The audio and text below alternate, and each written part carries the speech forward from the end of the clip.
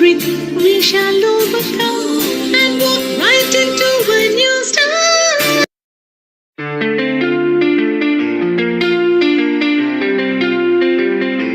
Namaste. Please join us this Sunday on a free global online episode, World Kidney Day. Got any questions? Just ask the expert.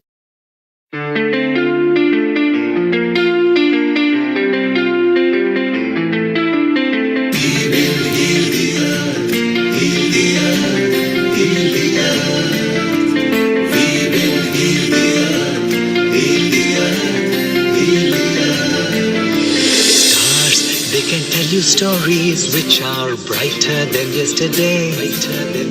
The streets have never been so quiet. The squirrels found a new hideaway. Tomorrow will never be the same. There is so much hope in our hearts. Breathe by breath, we shall overcome and walk right into a new start.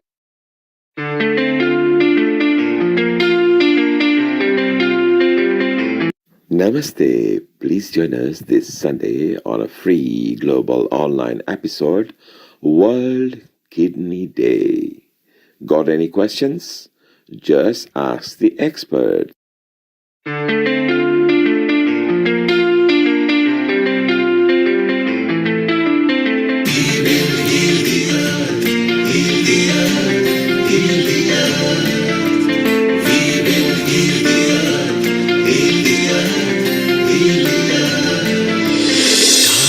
They can tell you stories which are brighter than yesterday.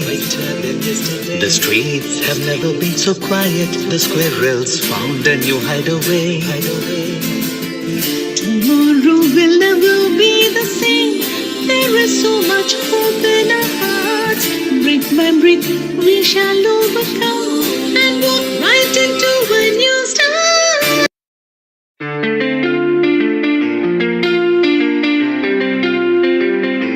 Namaste. Please join us this Sunday on a free global online episode, World Kidney Day. Got any questions? Just ask the expert.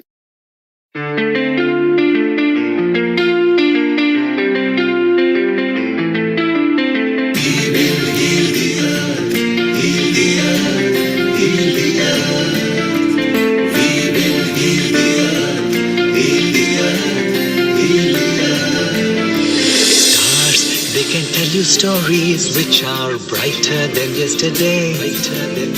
The streets have never been so quiet. The squirrels found a new hideaway. Tomorrow will never be the same. There is so much hope in our hearts. Breathe by breath, we shall overcome and walk right into a new start.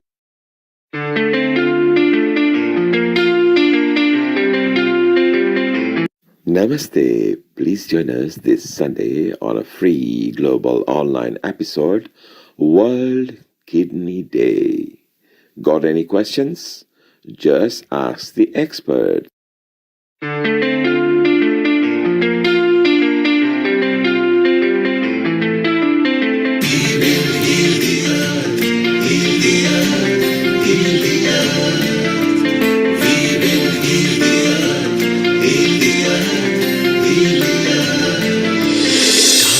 They can tell you stories which are brighter than yesterday.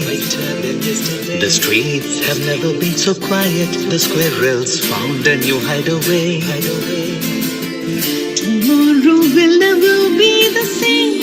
There is so much hope in our hearts. Breathe by breath, we shall overcome and walk right into a new start.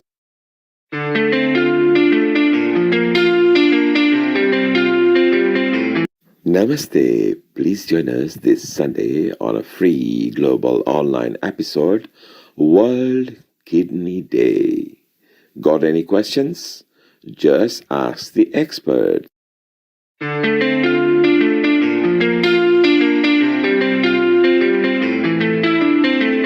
the earth,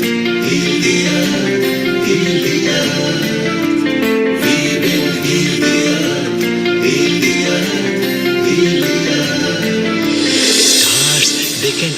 stories which are brighter than yesterday. The streets have never been so quiet. The squirrels found a new hideaway. Tomorrow will never be the same. There is so much hope in our hearts. Brick by brick, we shall overcome and walk right into a new start.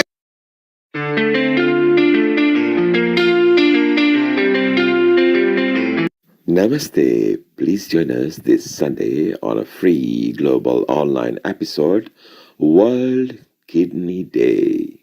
Got any questions? Just ask the expert.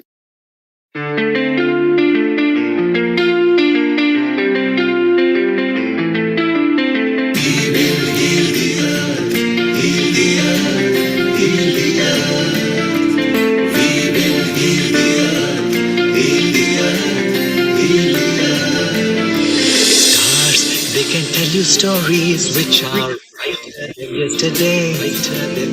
The streets have never been so quiet. The squirrels found a new hideaway. Tomorrow will never be the same. There is so much hope in our hearts. Brick by brick, we shall overcome and walk right into a new start.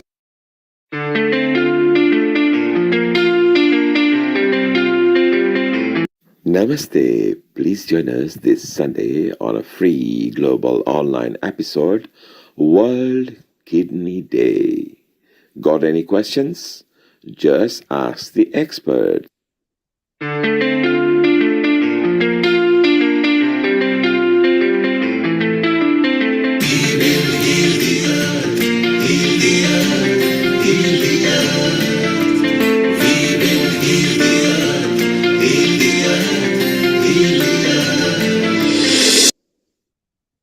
Ten, 9, 8, 7, 6, 5, 4, 3, 2, 1. Tubal Namaste. Good morning, good afternoon, good evening to all the viewers of Feeding Our Earth.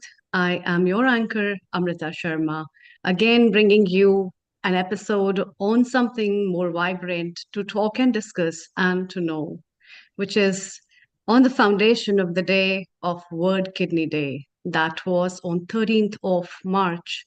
And we have for you lots more to talk about it. But let's start with Gayatri Mantra. Close your eyes, join your hands, taking a deep breath inside. Om Om Bhur Swaha Tatsavitur Varenyam Bhargo Devasya Dhimahi धियो यो न प्रचोदयात् ॐ भूर्भुवः स्वः तत्सवितुर्वरेण्यं भर्गो देवस्य धीमहि धियो यो न प्रचोदयात् ॐ भूर्भुवः स्वः तत्सवितुर्वरेण्यं भर्गो देवस्य धीमहि धियो यो न प्रचोदयात् ॐ शान्ति Shanti, Shanti.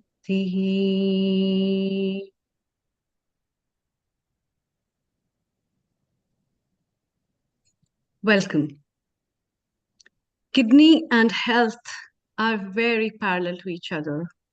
One of the very important organs that sometimes is missed in our life, and that's why World Kidney Day is witnessed, and we have brought for you this important day to acknowledge and know more about your health and the health that is marked with this important organ. That's function is not to excrete just the waste material, but also is involved in so many things.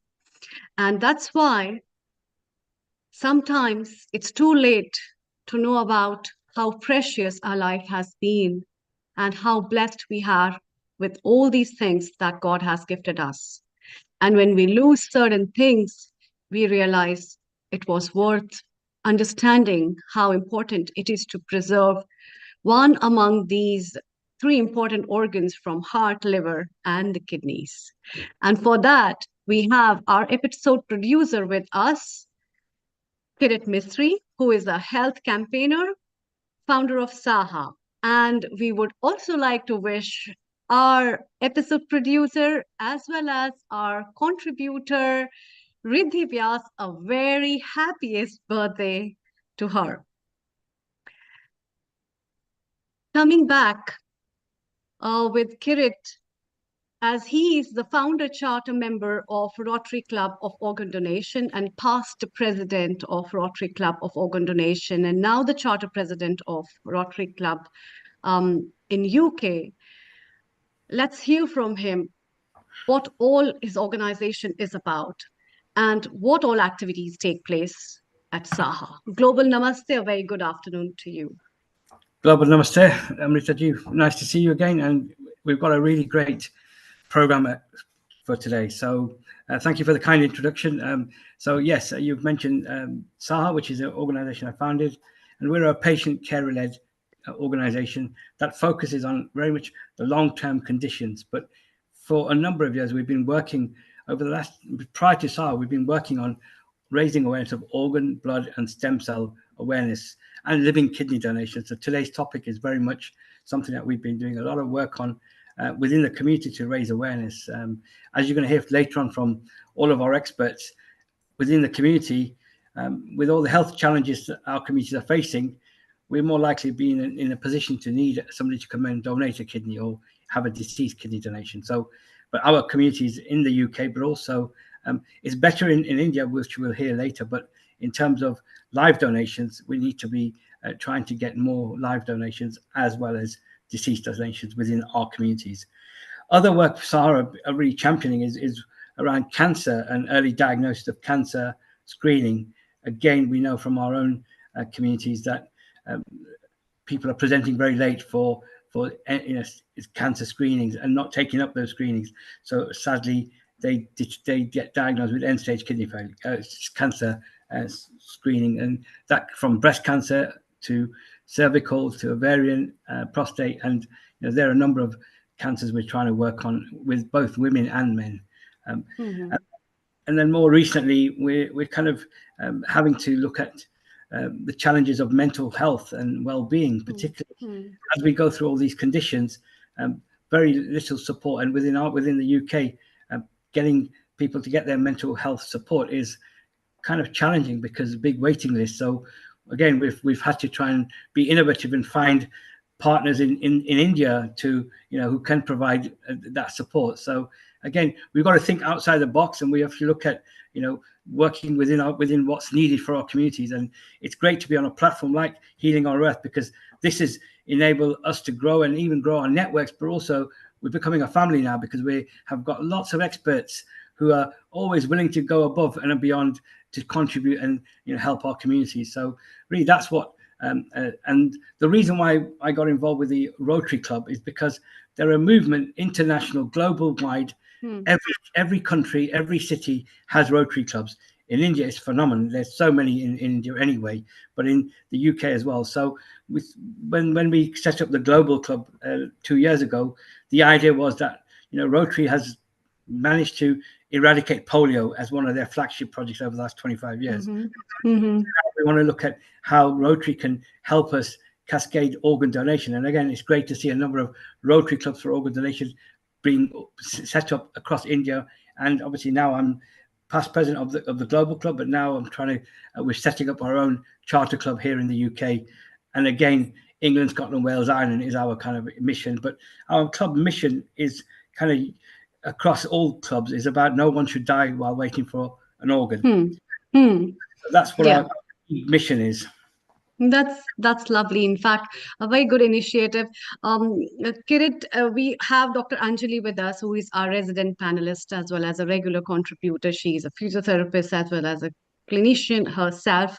A global namaste to you from India. Uh, this is one of the very vibrant topics. And so when you talk about kidney and World Kidney Day, what is your message for people, Dr. Anjali, before we move to Cameroon?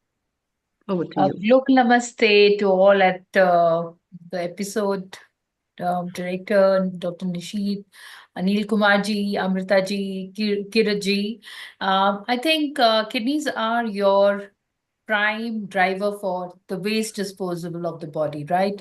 You consume food and you need to dispose of your waste products, removal of the waste, detox of the body. So kidney is just like a sieve, like just like you strain your tea and coffee, right? That's how it filters out all the bad toxins of your body.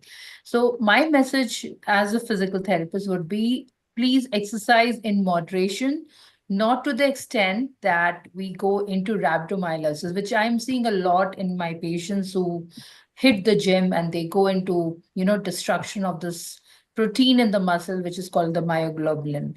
So look after your health, look after your kidneys, because kidneys are the main organ which will detox everything out of your body, out of your system. So eat well, but too much intake of high protein shakes and protein diets, which we, talked about a lot these days, at each endeavor is to talk about protein intake and too much exercises. So all has to be done with moderation in mind. All has to be done in the mind that if you have a kidney disease, look after your electrolyte profile, how much water you're drinking. So the thing is, oh, let's drink water, but water needs sodium, needs potassium. So electrolyte balance is so important for a kidney disease. And also the important thing is to look after your sugar profile. Many of the people who are diabetic end up with end stage kidney disease without even knowing that they have it, because they come to the clinician at the last time. So always think, prevent, preserve, and protect your kidneys right from the beginning. I think that's very, very important. And also look after what kind of supplements being taken by everybody. Now there's too much of importance being given to everybody having too much of supplements. Okay, they're having supplement A, B, C, D. All of them have metabolites, which will all end up in the kidney, and kidney ends up filtering everything out, right? And also, kidney is an organ which behaves when you're sad. So they have these adrenal glands right above the kidneys. So you're stressed out. If you are too much into hard work or mental stress, lack of sleep, all of them will affect the kidneys. So I Yeah. think over and all, please look after your kidneys. God has gifted us the organ, very beautiful organ. Look after it. I think, and we have a lot of experts here today. We'll learn a lot from them today. Thank you so much, Amrita. Thank you, Dr. Anjali. That was a perfect blend of everything, and we have a crispy start for that. Um, uh, Professor Ya, please, can you make your camera landscape? And then we have just turn your camera into a landscape mode. Just turn your screen. Yeah, yeah, yeah, yeah, yeah. Yes, yes, try. Once, try. Try. Yes, Yes, yes, that's it. with perfect. Kindly unmute yourself. I forgot to mention, this week has also been Living Kidney Awareness Week in the UK. So, Okay. and so that's been a double. We've been And it's focused. been a week of Holi as well. So we wish all our viewers happy Holi. On behalf of all the family, I hope you all have enjoyed the festival itself is to bring colors of happiness in your life. And that's why we bring to you every week some colors of happiness with some tinges and blends from here and there to add up your life and spice it up. Global Namaste, Professor Yam. Yeah, is that okay now? Yes, it's perfect. Oh, thank you. Thank you. Thank you. Thank you. Over I'm to still you, adjusting. Kirit Bhai, over to you. So Thank you. yes, global namaste to Professor Ya. Ya, she'll explain her meaning, but this is our queen. I've met this queen only 2 weeks ago in an event here in the UK, and I was Okay. amazed. I was amazed by her story and amazed by this wonderful woman. So she's going to tell us more. But global namaste to you, Professor. Thank you for joining us, and really tell our viewers, because we're a global platform screening across the world. And obviously you're from originally from Cameroon. So again, we've got connections in Cameroon that we will connect you with, because I know one of the key messages you want to portray is back out into Africa as well. So over to you, and thank you for joining us and taking time. Oh, thank you so much. When I was here, I saw everybody always do this. So I'm doing this as well when I'm speaking. Yes, I just noticed because I like to learn a lot from what people do in the group. So I do this as well just to follow. I hope I'm not breaking the rules or anything, but it's such an honor to be here. Um, like I call him Kay. We only met last 2 weeks, but I want to thank you for this connection. And I would also like to say to everybody, it's an amazing journey for me. And being here is just one of those things they say when God's time is right for you, you will meet the right people. So I'm from Cameroon. And like he was saying, Professor Ya, the Ya is YAA, double A, and is in So, a tribe called So in the northwest region of Cameroon, a place called Kumbu. And the whole of that land, their king made me queen to represent all the people in Europe from that part of the world. And there are loads of us across Europe. So it's a huge responsibility. And professor as well is not in medical doctor or anything or any field, but it's because I've done a lot of humanitarian work, set up libraries in Africa, and done a lot that a university in the US gave me what they call a professor in humanitarian work. My background, I'm a professional musician. I'm a motivational speaker, obviously, and I have a teaching background. I was a teacher back home, and I am an author. And who am I? I can tell you more later, but I'm excited about my kidney journey. There's obviously a lot of things that I've done in my life, some that are very, very remarkable and I'm proud of, but some that I always apologize for my mistakes. So, coming from Africa, from Cameroon, precisely from this little village called Kiyan, um, I would rather maybe go straight to the UK, I mean, to my kidney journey in the UK, because that's a victory story where things happen that have made me here and I'm alive today. Because I like to quote, if I was not in the UK today, I'll be dead. It's because of Britain and NHS that I'm alive. And back from my country, as if time permits, I'll go back to talk more. Summarily, I'm born in a family of 10. 6 died. We are 4 of us, but my brothers and sisters, 4 of us, I've got 2 sisters and 1 brother, and they've all lost children. So I'm the one that has not lost a kid. I have 3 children, but we had to deal with a situation called polycystic kidney disease, PKD. And since it's a genetic kidney condition, nobody knew about it. So coming from that part of the world where nobody goes to hospital, my mom was very, very poor. And we didn't do hospitals. They'll probably cut some leaves and do what they can when you're sick or maybe, but it wasn't like my type of people was not like, let's go to hospital because you pay bills in hospital and we didn't have. So coming from that background, when I'll come back, if time permit, like I said, to talk about this, it means I'm coming from where, as my siblings were dying, I've experienced abuse. When I talk of abuse, it's not like a slap or what, but I'm talking about sexual abuse. An abuse person with my sister, by the same person. My mom, because her children kept dying, they call her a witch. Because in my part of the world, if your children die and keep dying, they think you are giving them to witches. And that was my mother's situation, sadly, although she died when I was 19. So when I have time, I always like to also talk about her situation, which is remarkable and significant to a woman in the world today, because suffering innocently as a witch person simply because she had a genetic condition like the PKD, and losing her children, but having been abused, a witch, or accused of being a witch woman, her husband abandoning her. So it's a whole lot of a story. But the highlight of it is that somebody, a gentleman, could walk in our house and tell us that if I don't do this to you, you will die. That's why people are dying. I was between 10 and 11 years old, popped me on a plantain leaves and did what he did and left me in a pool of blood. So when we have time, we can go back to that. But I'm passionate about telling you about how I struggled to get my education when my mother bought me a gardening tool when I finished primary school, and I'm the only one. I'm the last because my junior sister died. So my mother gave me a gardening tool, and I said no, I won't. And I've fought for myself. I've spoken to people like I'm talking to you, and I said, please help me. And that's how I get my education through people of goodwill.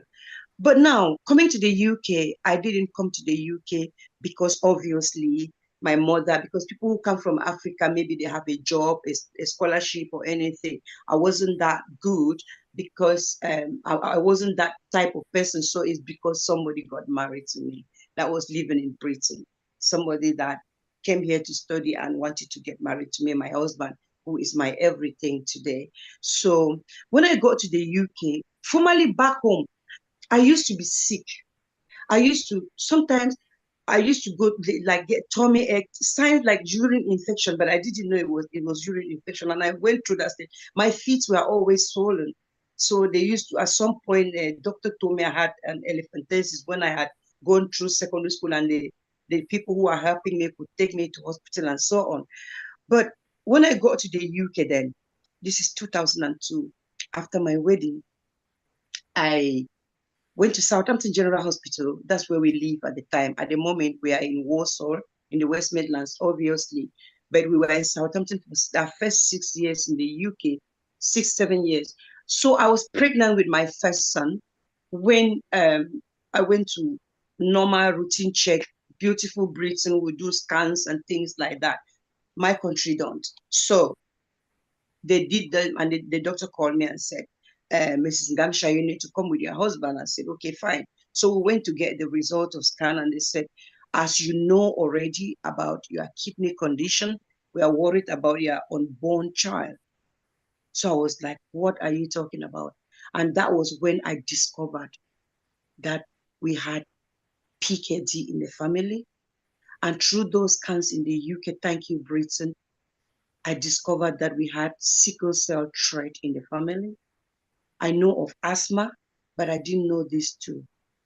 So they explained to me. Then I was so shocked and I break down into tears. Then I started telling the doctors, if you were there, my mom wouldn't have died. My dad wouldn't have died. My brothers and sisters. But yeah, it was hard for me. But at the same time, I was happy that I'm in Britain, because he told me that time, they said, if you, it's not a problem. I was in my late 20s, getting to early 30s. They said, well, you will be okay with PKD. And when you get to a point where you are like reaching 40, you might develop blood pressure and things will start to show about your PKD. So I was calm, and I told you, I looked at 40 years and it was too far. So I went on with my life. I'm somebody who engaged in community work, leadership. So I just went on like normal and gave birth to 3 children. And then the moment I was 39, getting to 40, bang, my blood pressure started. And with that, they started following me up very closely. It was not like Cameroon, where I would try to go to hospital and think how I will pay bills, or maybe sometimes when you pay hospital bills, you have to bribe the doctor again, give something from the back. So it's not a straightforward system like in Britain. So they followed me very closely, and um, 2007, my husband made a big step to move to the Midlands. Life was very expensive in Southampton. And I said, yeah, let's go. So we took our 3 children, came, they transferred me from Southampton General Hospital to New Cross Hospital, the Manor Hospital in Warsaw. They were seeing me, they were following up. And then they said, well, it does look like they will go, but we can manage the blood pressure. So they put me on blood pressure tablet. I was well looked after. And then 2015, I took my children and my husband, we went to Cameroon, had a fantastic time. As I always do project. If I'm not doing women football tournaments, I'm doing women empowerment or I'm doing mental health. So I was doing all these things and I was quite busy at the time we visited. I was not keen on drinking water or anything. I was just eating home food. And when we were coming back from Cameroon, I felt really terrible. I was feeling weak. I was feeling exhausted. And I could tell something was not right with me. So I told my husband, I'm not feeling well. But we had to pass through Turkey. We came through Turkey, a Turkish airline, and we had to sleep over. It was one of the transit where we sleep at the hotel. But the night in the hotel in Turkey, I felt like I was dying. So I told my husband, it's not right. But we did what we could, flew to the UK. I got here went straight to Manor Hospital. And that's when they told me my kidney function had dropped drastically. Now, what do? They did what they could. I'm not medically trained. And I was back again. But at the time, they told me my kidney function was about between 13 and 15. And that is going. So even though I knew it was going at that time, I was keen, I'm enthusiastic. I want to make a difference. I want to help myself, my family, and the poor people because I was poor as well. So I was busy, but went on drinking water as they said and living healthy like they said, cut down my salt and so on. In 2023, before then they moved me to New Cross because the specialists are in New Cross that was for chronic kidney disease. So the follow-up was there. And that year, 2023, my lovely consultant said, I'm sorry, it looks like your kidneys, they're really gone. We're going to start dialysis. So at the dialysis stage, I became so brave. I'm somebody who is so scared of needles. And even though I started a mental health degree and left, but I didn't complete it. I think I was there like 5 months to graduate and I quitted because I thought this is still not what I want to do. But because at the time I have a degree in IT from the University of Wolverhampton. So I wanted to top up the mental health since I was doing mental health in Africa. Every year I used to go and gather them from the streets and cuddle them and do also. But back in New Cross then when they told me about the dialysis, I was so scared. The first day I went to the dialysis center, I just stood there. But again, these 2 nurses, I always call their names because they're amazing ladies. Becky and Joe were very, very, very nice. They would just take you like, oh, it's okay. And it became like my family. So I opted for the fistula, the one on the arm. And they did my fistula. It was beautiful. Then I started training. I was training to dialyze from home. Then I gained some empowerment. I became so positive, and because I was looking at my kidneys have failed, but I am in Britain. Somebody's kidneys have failed in Cameroon and they are going to die. At the time, my family looked at me. Everybody was thinking, because in Cameroon, once you say you got kidney failure, they know it's a death sentence. Because no matter the dialysis or whatever, you cannot compare with Britain. So that gave me the energy to say, okay, fine, at least I'm here.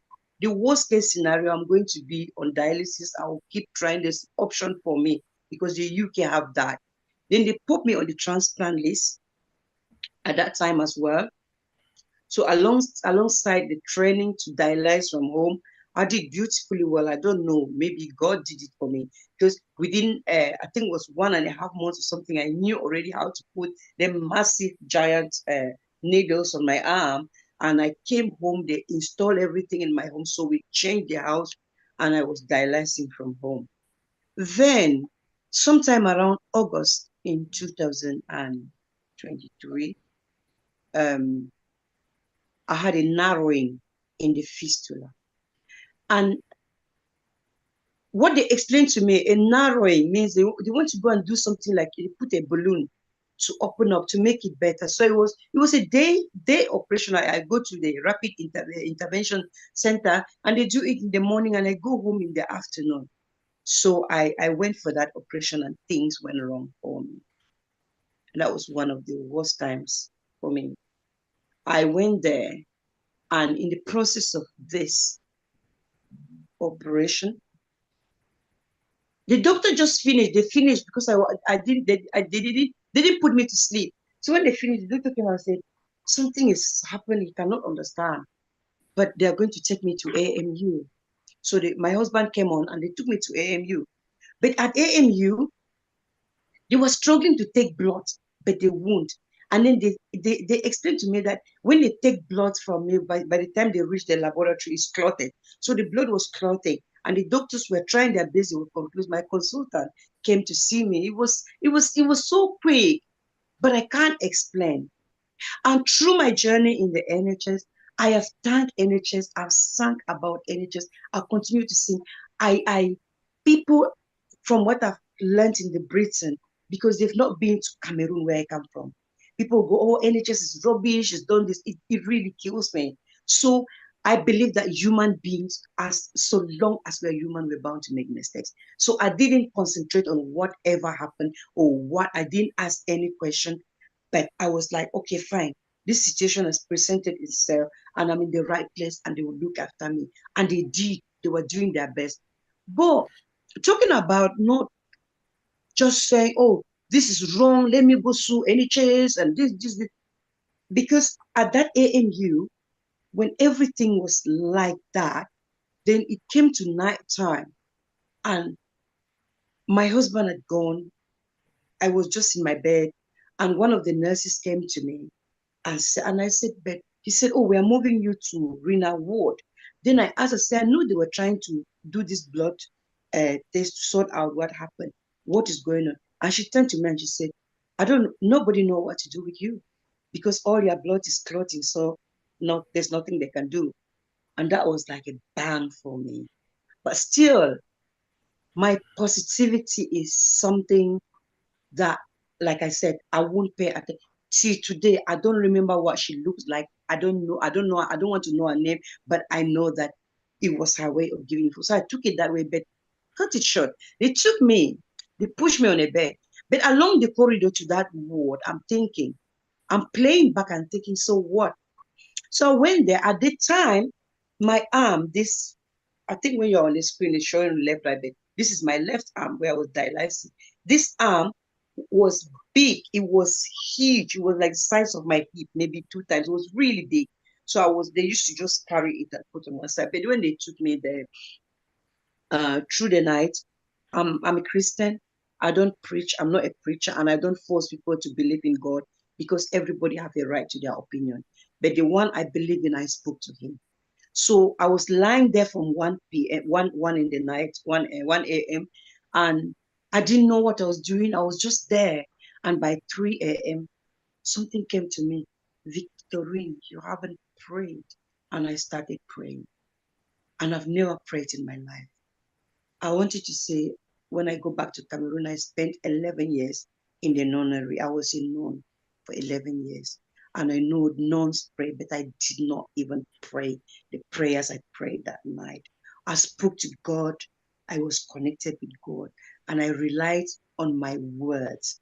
The reason I'm sharing this with us is because sometimes people give up when they get a diagnosis or when something is happening and we just go, yeah, I'm dying. They told me the blood is clotted. But when I got up at that 3 a.m., I said, Father, I have refused to die. My mother left me when I was 19. My daughter is 17, going to 18. I will not do this to her. And I was very consistent with my word, very clear, but in a prayer form. And I said, God, I have not, there's still something that I'm bound to do in this life, but please, I have said no. I'm not dying. But Father, have pity on me. So I spoke from 3 to about 5 o'clock, non-stop. I was sweating and I was very, very firm with my word. And then I called on my mother and I said, Mama, when you died, I was very young. I promised you I would change our life from our poor life to a better life. Mama, I don't want to die and I'm not dying. Then I asked forgiveness. Anyway, after that prayer, I slept like peaceful, like some very comfortable sleep for about 30 minutes. Then I woke up after 30 minutes. I phoned my husband and he was sobbing in the house. I said, you better stop crying. Go on your knees and pray. But anyway, all of this took place at night. And in the morning by 8 a.m., I had a call from my amazing dialysis nurses who said to me, Vicky, we've been worried. Everybody's worried because I have been loved by every consultant, doctor, nurse, porter, cleaner, everyone in NHS have been there. Like, have we done this for Vicky? I don't know why. They treat me like a princess. So, and I respect and thank God for them. So she said, we have been worried, but we are giving you a 20% chance. So I told her, Becky, I'm ready for the 20%. And she said, we are taking you back to the theater. We got a very experienced doctor. I used to know his name. And they took me to the theater and he sorted this out within 5 minutes, like preparation of the surgery and everything, and just went and everything was done. I had more balloons and that episode was over. Thank goodness. Now, another challenge I had with my kidney failure before I arrived at the transplant, which was beautiful, was in 2000 and that year, isn't it? That is the same 2023. It was my 50th birthday in December that year, before we had this issue with the fistula. I had a call from Queen Elizabeth Hospital. I was like a week to my birthday, and they said they've got a kidney for me. It was exciting news. My husband and my children will travel to hospital. Well, I traveled with my husband. They prepared me for transplant, put the fistula, everything. They were just waiting for that beautiful kidney. And behold, when the kidney got there, they found a cancerous lump in the kidney. That was another time, but I wasn't broken. The doctors giving that news, professionals, when they come, you can see when they're also disappointed. And it was really hard. My husband was crying. But I turned to them and I said, there was a thing, whatever, a cancerous lump in the kidney because it's not mine. And my kidney is coming. I stayed positive. They were surprised. They said they've never seen a positive. I said, yeah, because for me, from Cameroon, from a poor, rejected, marginalized, abused daughter of an accused witch woman, to here, I know that there's a kidney that will come. So they discharged us. We came back home. That was then. So my dialysis went on for 6 months at home. People cried for me, and I was brave. I forgot to say that I'm also a content creator. I'm social media person, so I do social media influencer. I do a lot.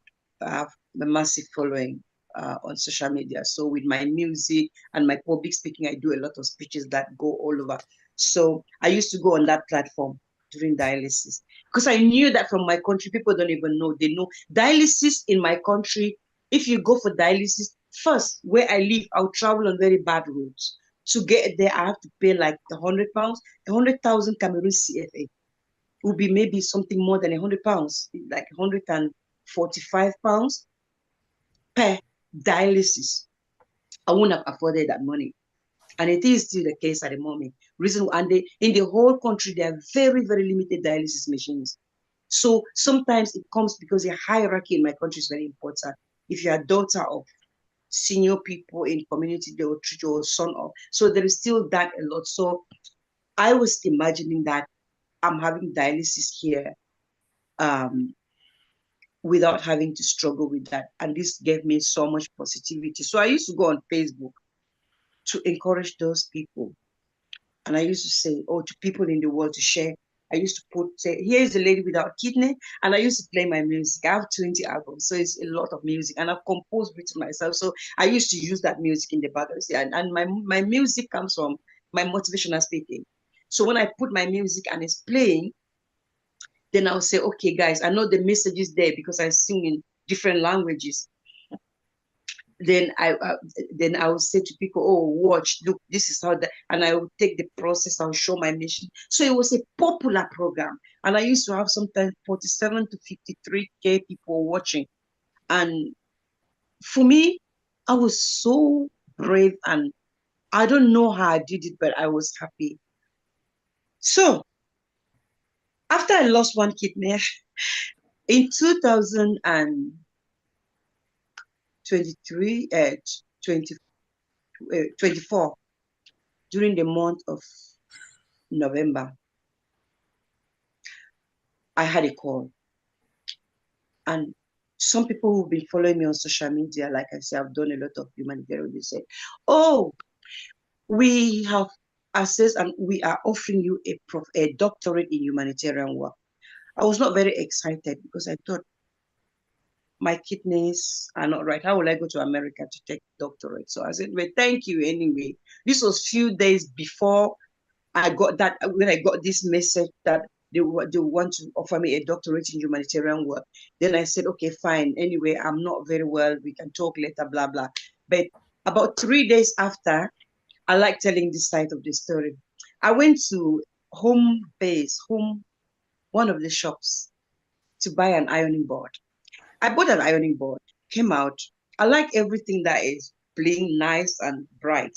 So I like that shop. So I walked around. I used to be a place where I used to comfort myself when I'm stressed up. Even now I still do. I just go there and look at things and I'm happy. So I came out with my ironing board. I was still carrying it when I got to my car, and I had my phone ringing in my pocket. So I just put it down and picked, and it was New Cross. It was Queen Elizabeth Hospital. And that's when they told me that they've had a kidney for me. I was happy. You can imagine that. But they said, come now. You need to come immediately. I said, course. I go in the car and I drove like I was crazy. I was saying, God, thank you. Jesus, thank you. Can you hear me? I was happy and my family was happy. But anyway, we drove straight to Queen Elizabeth Hospital and I had the most pampered, beautiful, oh my God, I don't know how to describe it. Kidney transplant to me is beautiful. All the attention, them consultants, professors, everybody, and the doctors, nurses, oh, this stage is this, they notify you. So I enjoyed that process.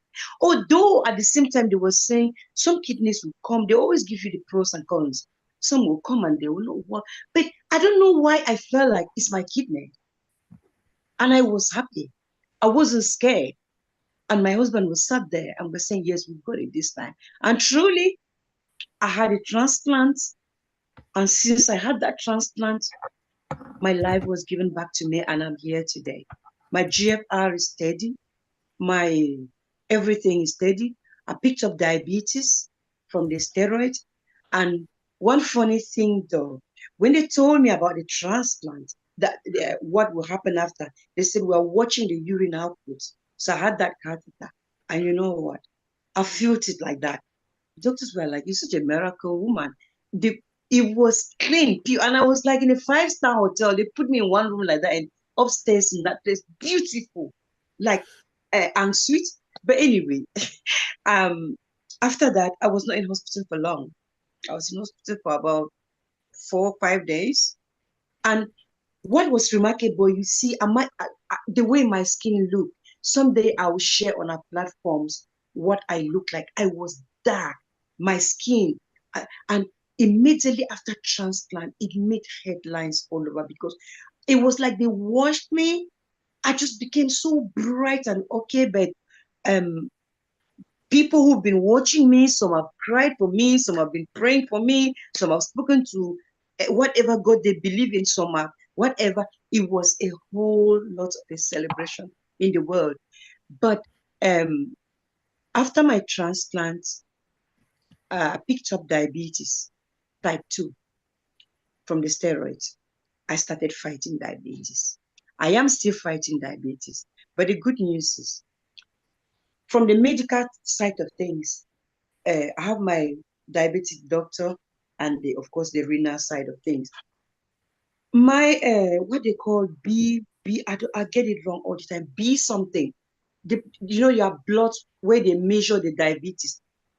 IB something one. HB1C. HB1C.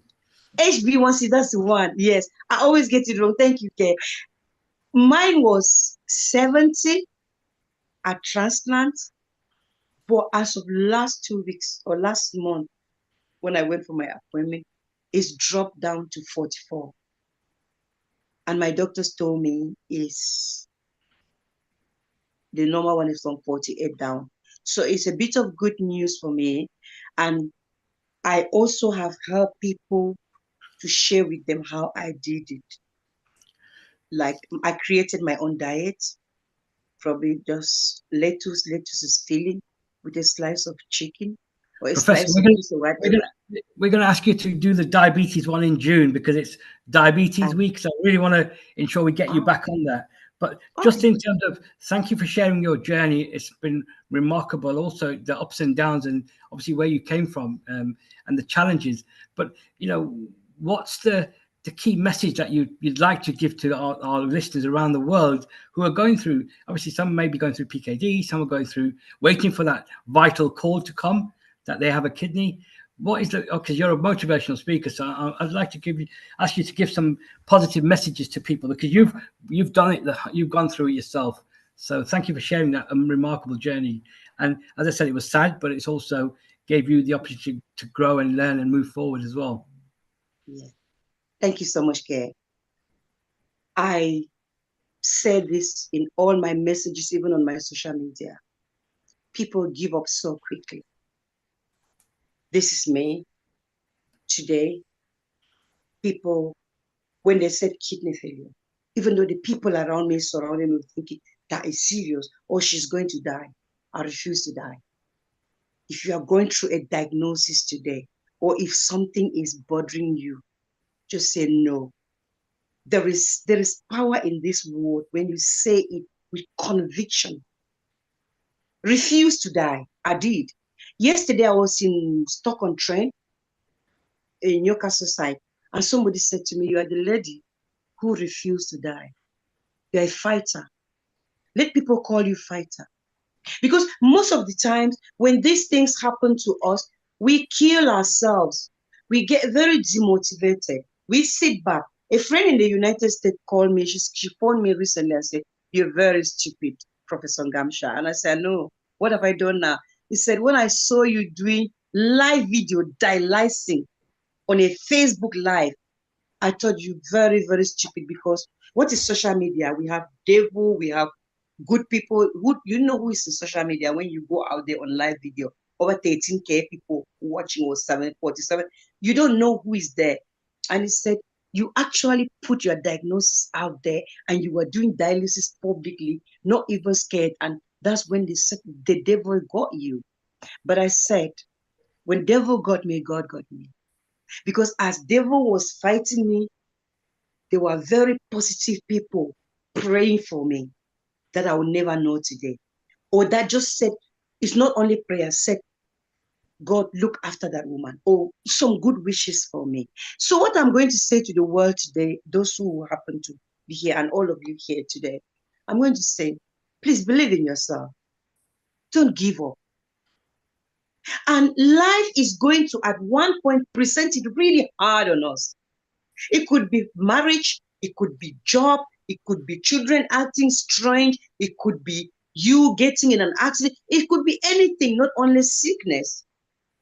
And sometimes life is going to present it hard to you, like when you come from humble beginnings like me, and then you are trying to make a way, you're going to have it the way life can present it, that you just get some haters from anywhere and they're going to make life hard for you. Have you ever been in a celebration where you say hello to somebody and they go, and then you go, or you spend the time avoiding and say, oh, that one, I don't know what happened. It doesn't like me. No. When they say, you say, hello, how are you? Just get close and give them a good smile. And if they don't smile back, go, move on. Be happy, be peaceful, be contented. Look at yourself in the mirror each day and say, I made it to today. We slept last night and we got up. And no matter what we have in us, no matter how hard it is, we can make it. The enemy within is what kills us. If there's no enemy within, the enemy without will do you no harm. And I'm looking back in my life at moments when I've also been fought, and you have the same. So think about at work, everywhere, even your neighbors. I had a neighbor who did not talk to me for how many years? I didn't know what I've done wrong. And during COVID, I came out and I said, I don't know. Did I do anything wrong to you? Because you don't really talk to me. And I said, I can't stand your cars, people visiting you with big cars, and or you doing barbecues and things like that. And I said, come here. Please forgive me. I haven't done. And he looked at me and said, are you real? I said, I am. Because everybody has difficulties and we cuddled. And from that time, we are the best of friends today. So sometimes we run from something when we can change it with a positive approach. Thank you, Professor. I'm just going to bring Amrita Ji and obviously Dr. Anjali. Oh, sorry, Kay. Sorry, Kay. Can I just finish with this? Because if I leave this, you kill me. Sorry, just last one. The last thing I wanted to say is when life presents it really bad, really harsh on you, pick it up, mold it nicely, decorate it, fix it, and present it back to life. That's what I've done. Because I talk positive. I don't hate anybody. I don't even think of who buried my mother alive, tried to bury her. I don't think of who called my mother a witch. That's why I go to the same village and I do a lot of charities. Anybody that is presenting hate to you, give them love. And God will bless you. Thank you very much. Such powerful messages. So I'm going to bring my two colleagues in just to kind of what you heard, and obviously, you know, it was amazing, but obviously your thoughts on Professor's journey, really, and what can we take and share to the global world, really. Remarkable, Professor. Yeah, in fact, kudos to you. I would say the real facet inside you is about living life. And I think this is very important. And when, as a health professional, we see patients, they have conquered so many things. I'm using the word conquering, you know, conquering life. That's very important to come out of the death. And that just comes when that life force is within you. And that will come with being optimistic, being happy, and loving yourself. And that's what you have done. And I think your parents have been great enough to give you this asset, which is intangible, I would say. And just because of that intangible asset, you are what you are today.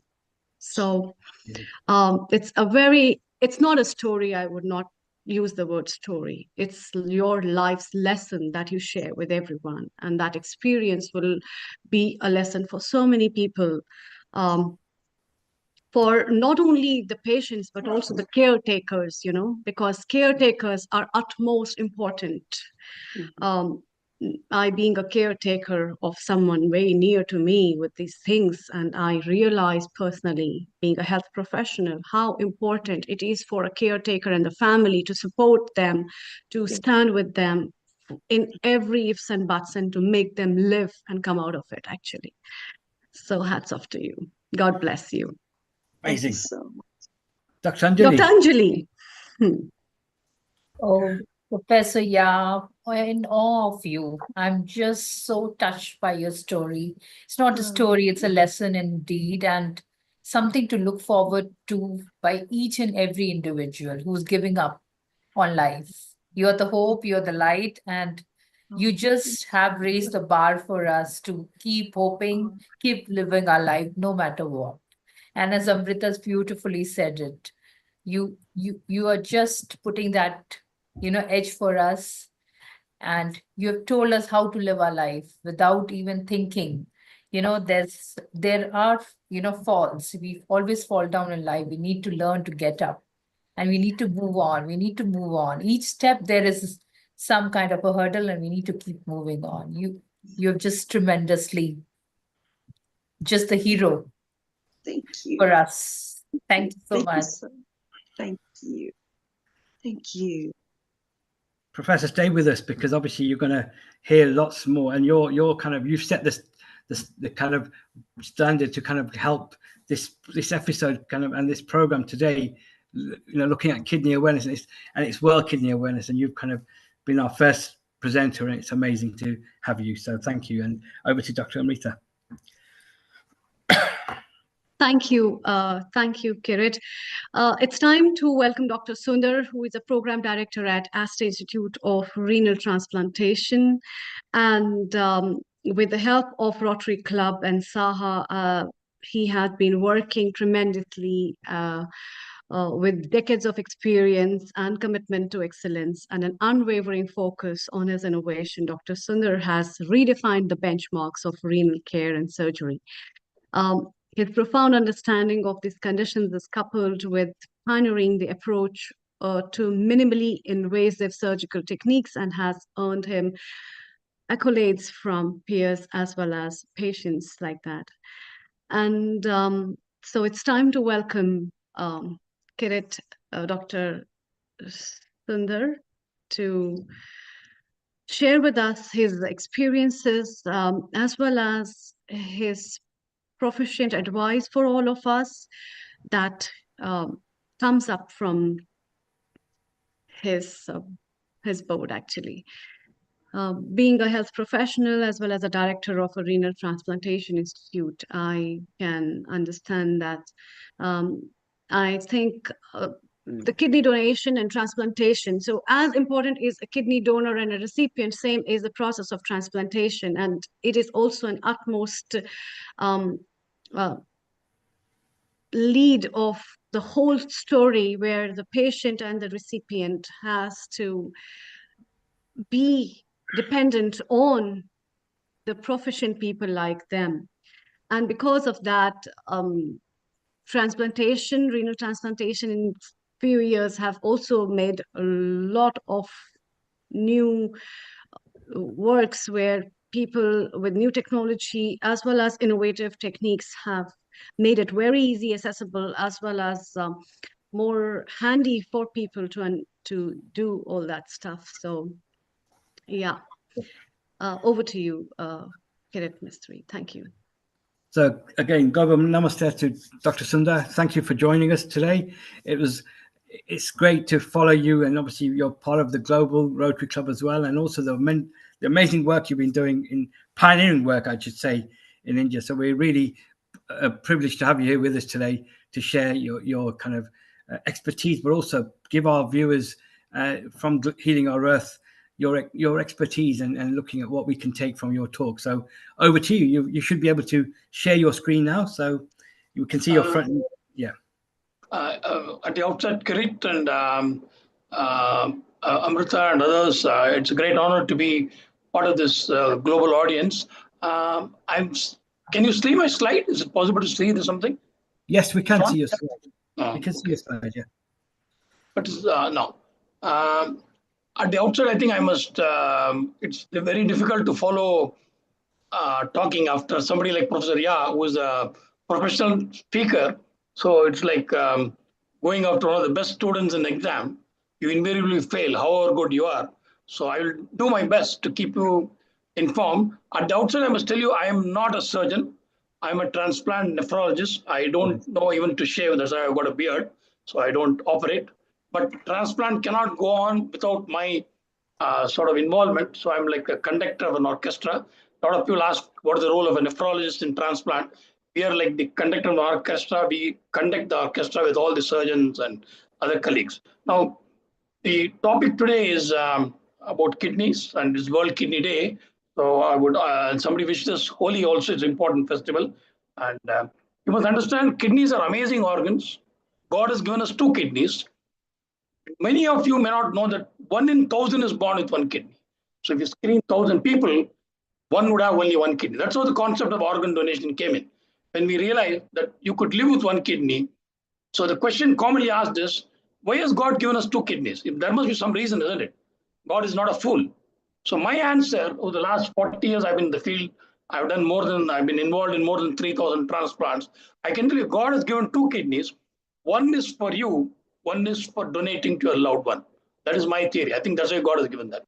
So you have happy kidneys. So what are the functions of the kidney? This quotation is by Homer Smith, a physiologist. He's also probably the first renal physiologist. He's made this quote when I was a medical student. I joined medical college in 1971. That is 54 years ago. I don't know how many of you were born at the time. And when I read this quote by my professor of physiology, kidneys not only make urine, but they also make the stuff of philosophy. So when I read this, I knew that kidneys make urine. So I thought this Homer Smith must be a fool. And my professor who was taught this must be a greater fool. But 10 years down the line, I joined an institution called the Christian Medical College in India. The Christian Medical College, well over where I'm trained from, is a pioneering institution in the whole country. The first heart surgery was done in India there. The first dialysis was done in 1962 in India, much before even European countries, in the Christian Medical College. The first transplant, 1971. So when I joined in 1982, the Christian Medical College, and I was very new to this field of nephrology. Many people didn't even know what are kidneys or kidney disease. Even doctors didn't know. In fact, we are in Tamil Nadu, where I was, the Christian Medical College placed. A lot of people thought the men only have kidneys. They thought the penis and scrotum is kidney. So invariably, we would get swelling of the scrotum or hydrocele as kidney swelling. That was the knowledge. So when I joined there, the first day, I had a young man, 25-year-old man. This is a real story. He came in unconscious state, and I was on call. And I found out that he has got advanced kidney failure. That was unconscious. But he was surrounded by hundreds of relatives, and they were mobbing me. I didn't know what to do. So I called my guru, my teacher, Professor Meshak Kribakaran. He's a good teacher and a great man. He told me, you got 100 people surrounded. Just go and tell them that you need one bottle of blood immediately. That's what you're going to do. So I went and told that this fellow has got kidney failure, he's got anemia. I need 1 unit of blood urgently. One of you donate. Out of 190 disappeared. Only 10 were left. So course of weeks, we realized this boy needs kidney transplant. His brother was the same blood group. The brother was willing. But the brother's wife said, no, I can't allow my husband to donate. The sister was willing. The sister's husband also said, no, my wife will not donate. The father came in. The father told me, doctor, give me 2 days time. I'm a hardworking laborer. I work hard. I need to think before giving kidney. Then when I approached the mother, what the mother told me, it still haunts my mind. And as Professor Yao was saying about mother and mother's affection, the mother told me, doctor, take both my kidneys. I want my son to live. So that is the time I learned that kidneys not only make urine, but they also make the stuff of philosophy. I learned philosophy of life, philosophy of medicine at that point of time. Now, look at kidneys. What is the function of the kidney? Kidneys are twin organs. You got a 1 in 1,000 has got one kidney. Basically, the function of kidney is to purify blood. So whatever toxins are there, the kidney purifies. It's a filter. But apart from that, there are various other things which the kidney does, which people don't talk. All of you know dialysis, which cleans blood. But the kidneys are an amazing endocrine organ. They secrete hormones. They destroy hormones. There are various functions. Metabolic end products are there. Bone structure is maintained by kidney. A lot of people don't know. The vitamin D acts only because of the kidney. Your blood formation. If you didn't have kidneys, you won't have a substance called erythropoietin and you'll get anemia. So anemia in kidney failure is because the kidney is not making this hormone called erythropoietin. Then we have water boilers. But for the kidney, you can't drink more water. That's why people on dialysis, I would tell you, we don't allow more than half a liter of fluids, not water, tea, coffee, beer, whatever it is. Because the kidneys are not there, the water will start accumulating. That is one of the reasons you get facial swelling of feet in kidney failure. The kidney is responsible for electrolyte balance, sodium, potassium. It is responsible for keeping your acid-base balance. So in short, but for the kidney, you are going to have multiple problems of all organs. So once you have kidney failure, the kidney can cause salt and water retention. So you'll have high blood pressure, you will have that affecting the heart, you'll have fluid all over the body, and the fluid can go into the lung, which is called pulmonary edema or breathing difficulty. And these are all the problems of kidney failure. These are only some of the problems. Now, that's why I have made this slide, which is actually a slide which is many years old. Kidney failure, commonly the term is called uremia, which literally is a Greek term meaning urine in the blood. So when you have uremia, you have all these problems: water balance, acid balance, electrolyte balance, retention of base products, commonly measured by the substance called urea or creatinine. When the kidneys fail, any organ can be affected. A person with advanced kidney failure can go into the neurology department with seizures or unconscious state. They can go to the cardiac department with chest pain. They can go to the lung department with breathing difficulty or coughing blood. They can go to the gastroenterology department, vomiting blood. They can have any symptoms. In fact, when we were medical students, we were told that if you know syphilis, you know medicine, because syphilis was a disease which could affect all organs. Now we say, you know kidney failure, you know the whole of medicine. Now, one of the things which can occur in kidney failure is also called pruritus or uremic itching. That is advanced kidney failure. In India, the commonest cause of itching is mosquito bite, not kidney failure. So don't get scared of that. Now, I've given you a photograph of three important figures who had kidney failure. The top figure with the white cap is the former Chief Minister of Tamil Nadu, a movie actor. He was a star who had kidney failure. And this is a very interesting story because he had this problem in 1984. And I had joined the Christian Medical College in Tamil Nadu in 1983. And that point of time, to explain kidney failure was difficult because I said many people thought that only the men have kidneys. But when this man had kidney failure, the whole story changed. All we had to say about this man called MG Ramachandran or MGR, famous man, is that you got this disease which MGR has got. MGR, interestingly, was a very powerful politician. The American nephrologist, everybody flew down to India. They took him to US and he had kidney transplant. In fact, he had 2 kidney transplants and he did well. And one thing what he made is awareness of kidney failure. People knew what is kidney failure. Now, how do you diagnose kidney failure? Commonly, I've told you the symptoms, but basically we need what is called the blood test, the urea test, the creatinine test. And when you have kidney failure, there are 2 important types. One is called the acute kidney failure, other is the chronic kidney failure. In India, the commonest cause of acute kidney failure, my teacher would tell me 4 Ds: diarrhea, dehydration, doctors and drugs which we use can cause kidney failure. Dehydration, which I told you, snakes in our villages, snake bite can cause acute kidney failure. The important thing to know is acute kidney failure is most of the time reversible and is very rewarding. You have to keep the patient alive on dialysis support and the kidney will recover on its own. And these are the cases where charlatans and quacks advertise. Patient on dialysis for many weeks, kidney failure is reversed, that sort of thing. That we have many patients like that. Acute kidney failure is very rewarding. Now, what are the tests we do to evaluate kidney function? The most important test is serum creatinine. I repeat, serum creatinine. I use the term called kidney number. In India, we use the term kidney number. Like you have blood sugar for diabetes, you have various things. For kidney function analysis, serum creatinine is the marker. Then we have other tests. Ultrasound is a very important part of my examination because the simple ultrasound will tell you whether you've got 2 kidney, big kidney, small kidney, polycystic kidney, like Professor Ya had. If she had done ultrasound in childhood, they would have diagnosed polycystic kidney disease. This is a slide sent to me by my Brazilian colleague where he says, in Brazil, models keep advertising in the metro station saying that creatinine is important marker. Please check your creatinine. In fact, in his car, my nephrology colleague, he said, high creatinine is more dangerous than high cholesterol. High cholesterol will not kill you suddenly. So it's very important for a layman to know, please check your kidney function by a serum creatinine test. Now, if you look at the problem, the Indian figures I have, but 10% of the American population by one study have chronic kidney disease. Now, this is a very dangerous problem. The problem is this slide which I have given is 25 years old. It says 100 new cases of end-stage kidney disease occur per million per year. Now we have revised it.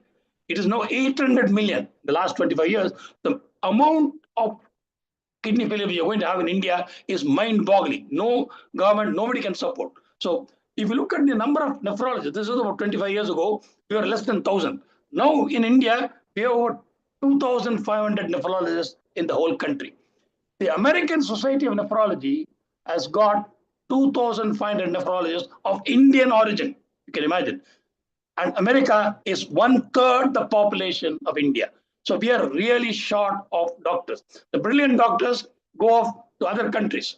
The fools like me stay back. In fact, I got two brilliant sons. One is in Yale University heading the oncology department. The second son is an interventional radiologist in NHS in Scotland. So we, India, we need to keep our doctors also safe. I'm not able to with my own kids. That's a different story. Now, the commonest cause of end-stage kidney disease in India is diabetes. Diabetes. 40 years ago, when I started my transplant program, I didn't even have 2% of patients with diabetes. Now, 50% of my patients on dialysis or transplant are due to diabetic kidney disease. So diabetes is a problem. I myself am a diabetic. I'm on insulin. So how do we prevent? I will come to that later on. Again, it tells you to compare China and India.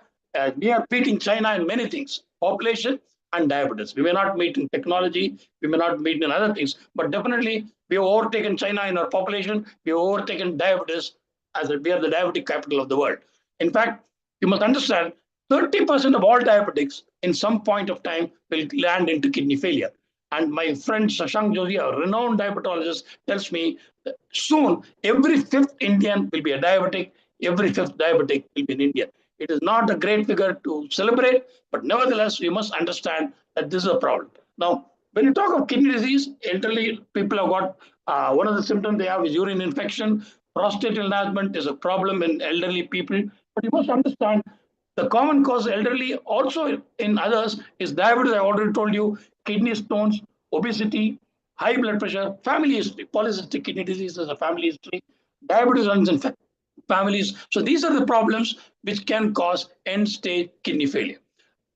In 12th century, the Italian scientist said hardness in the kidney is either not well cured or cured by no means. But we are different now. So what do we do? What do we do in mild kidney failure? We can treat many of the mild kidney failure with good diet. Basically, when the diet is a good lifestyle. I'm a vegetarian. I promote vegetarianism, but I think a lot of science is there behind being a vegetarian in kidney failure.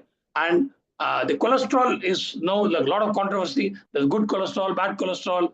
A lot of people are saying that cholesterol is not the villain. I personally feel cholesterol is not as dangerous as sugar. Sugar is the new poison in our country. Blood pressure. I think it's very important. Anybody who's got high blood pressure, please get the kidneys checked. I'm having a lot of patients, they've been having headaches for many years. They don't get their blood pressure checked. And if you go into the history, their headache is due to high blood pressure, and then they got kidney failure. And the point is, when you have kidney failure, there is high blood pressure. The high blood pressure damages the kidney. It's a vicious cycle. So you've got to break the cycle. This simple cartoon tells you how high blood pressure causes kidney failure, and that cycle can be broken by good control of blood pressure. Once you have permanent kidney failure, which is called end-stage kidney failure, stage 5 or CKD, where life cannot go on without support, what is called as renal replacement therapy. You're replacing the kidney function by dialysis or transplant. Now, this is a very old slide, 1990. You can see me with a lot of hair.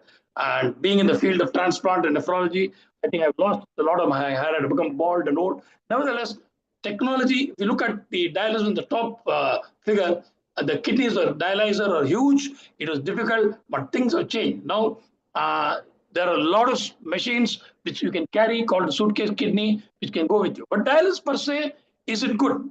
Modern dialysis technology, it is safe, but it is not without problem. There are a lot of issues with dialysis. One is to do dialysis, you need to take the blood out. It has to be 200 ml of blood every minute. You need something called vascular access, and that can cause problems. So dialysis is, a lot of issues are there. But the disadvantage of dialysis is the cost. My friend, Dr. Venkatesh, my colleague, former student, is doing a great job. He's going to talk next on free dialysis. In India, dialysis is expensive. In my days, 20, 30 years ago, only people who could afford dialysis were ambassadors, mafias, dons, politicians. movie actors and celebrities. But now things have changed. The common people can afford dialysis. But dialysis, the problem is, it is not one dialysis. A lot of people come and tell me they think it's like an antibiotic course. Sir, if I have 1 month dialysis, my kidneys recover. No, the dialysis keeps the disease and the person alive. It's a double miracle. It's only a bridge towards transplantation. So there's no two things about it. Quality of life on dialysis is not as good as kidney transplant. I'll come to that. Also, if you look, take 100 people on dialysis today, at the end of 10 years, in my country, 90 are dead. With a transplant, at 10 years, my own experience over 40 years will tell you 90 are doing well. So the morbidity, mortality with transplant is something phenomenal. And you can see Professor Yah here, and later on you'll see Shobha Rao, one of my colleagues, who was one of my patients who had transplant, and she actually wrote this book, Race Against Death. You will see this in later. So she not only had kidney failure, she went through 3 cancers. So she give her story. But the most important thing I told you is dialysis you can't miss. This Santa Claus on dialysis on Christmas Eve, and the nurse is telling, I don't care what you do, you got to be on dialysis. Again, nowadays there is something called suitcase kidney, but again, you can't miss dialysis, whatever be it. So transplantation is better than dialysis in our experience. And what we always keep telling is the most important risk factor in end-stage kidney disease is not getting renal transplantation. That's why I use the word magical cure for kidney failure is kidney transplant. That's what Shakespeare said, a man of my kidney in Merry Wives of Windsor. I don't know whether he really meant transplant, but there must be something he knew about kidney which we didn't know. Now, this again is my patient from Nigeria, a pastor. You can see him here. He came to me like this with a lot of fluid in his abdomen, kidney failure, and this is how he looked after transplantation. Then he, for some reason, couldn't get the drugs, medications in Nigeria. He stopped the drugs, he lost the kidney, and he had to go for second transplant. The first, once his sister donated, second time his wife donated, and he's a motivational speaker like Professor Yah, talks on marriage, and he's a pastor. He's a Reverend Moloko Tabuko Morgan, who actually talks about positiveness, being positive in transplant. This again tell you, this again a Nigerian police commissioner who came to me nearly dead. And then within a month of transplant, he got back to work being the Deputy Commissioner of Police in Lagos. Now, this is a young child who had transplanted at the age of 5. So from Malaysia, this child was one of my youngest transplant. The question now again comes, is there age limit? There's no age limit. We have people who had only months old having transplant. We have got people who are 70 years. My oldest was 85 years old. This man was 85, had kidney transplant, and after transplant, he got married. That is the story. Now, people who have transplant can have children. This is one of my transplant patients with a nice, beautiful kid. There's again one more girl from Australia. She had twin children after transplant, Anjana and Sanjana. And this is again an Islamic scholar from Nigeria. He got transplanted. He had 4 wives, and after transplant, produced 8 children. So that is the power of transplant. It can lead to a near normal life with a good kidney transplant. So there are a lot of ethical issues, which I'm not going to detail. The human organ transplant in India was formed in 1994. The concept of brain death came in that time. That's the time we started doing cadaver transplant. That's a different story. I won't go into that. Now, this is another important story. This is a grandfather who donated to a grandson. And at that point, 30 years ago, the law had just come in, and this grandfather was considered unrelated to the grandson, and the government refused to give permission, saying that it is unrelated. We cannot give permission. So I had to go to the court because this grandfather from Bihar, Mishra, he argued the case himself. He said that in my Hindu tradition, when I die, my funeral pyre is taken by my grandson. My son lights the fire, but the pot of fire is taken by my grandson. I don't want it to be reversed. With a court order, I did the transplant. This grandfather was 80 plus. He went on to live for another 15 years doing well. And this boy is more than 30 years in transplant doing well. Now, there is a limited organ shortage. So what do we do? So whether we follow some of the models where we can compensate for buying kidney. This is a very controversial topic. I'm not talking of selling or buying kidney, but you must understand that the organ donor is going through, the live donor especially, through a lot of issues. He's sacrificing one kidney, going through a trauma of surgery for the benefit of somebody else. So in my opinion, organ donor should be treated like heroes. That's why I admire Anil Srivatsa, who was a man who started rotary organ donation. In fact, he had transplanted with me only. His brother was my colleague, neurosurgeon. So this concept, the donor should be treated like a hero. Like we have war heroes. They are given medals, they are given free train, they are given free air tickets, they are given tax. So we must honor the hero, remove the disincentive, then only organ donation can go on. Now, this is a very old site that 1998. Look at these figures of cost of managing end-stage kidney disease in 1998 in USA. It can't even, we can't even match it now. It will go 10, 20 times the cost. A country like India cannot afford that. We can't afford to manage everybody with dialysis or transplantation. So what is the answer? The answer is the old Ayurvedic saying, keep the well healthy. How do you keep that? So lessons from Africa, which I learned, this again when I was in Africa many years ago, is salt conservation. The Maasai tribe have very good, no blood pressure is very low because they don't eat much salt. Activity, diet, salt is a villain. In fact, now we are following a new slogan called like Chini Kam, Namak Kam. We've got a group called Low Salters. We are telling the government of India, please reduce the sodium content in all your fried food.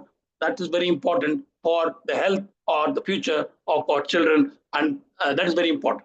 Now, if you look at the evolution, how it has come, the McDonald's, especially the fast food, how obesity has come. There are different theories to that. I will not go into that. The thrifty gene, all that. But most important is lifestyle changes. What do? Salt, yes, smoking. If it is a Marlboro advertisement, which you see in our childhood days, the Marlboro man.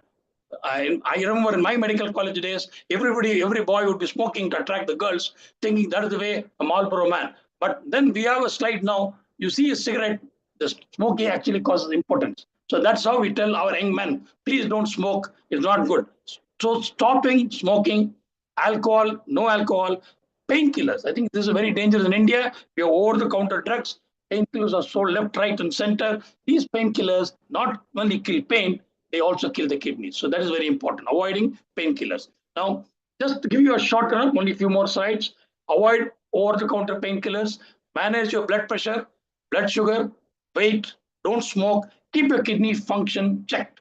Stay hydrated. Avoid smoking and alcohol, I've already told you. But what Professor Yas said is very true in my experience. Somebody who's positive actually does well. If you keep worrying about your creatinine, your kidney failure worsens further. The Anil Srivatsa, brother Arjun Srivatsa, was 22 years old when his kidney failure was diagnosed, and he went to transplant after 30 years. He never worried about his creatinine. He followed all drugs, all treatment, but he never ever worried about his creatinine. He says that worry should be done by the nephrologist. You have paid the doctor to worry. Please don't worry. Keep worrying, especially after transplant. Go on getting obsessed with the creatinine. Creatinine will keep changing from lab to lab, day to day. Let the doctor worry. So stress. In fact, stress is good in a way. What is bad is distress. So again, some of the warning signs. How do you diagnose kidney damage?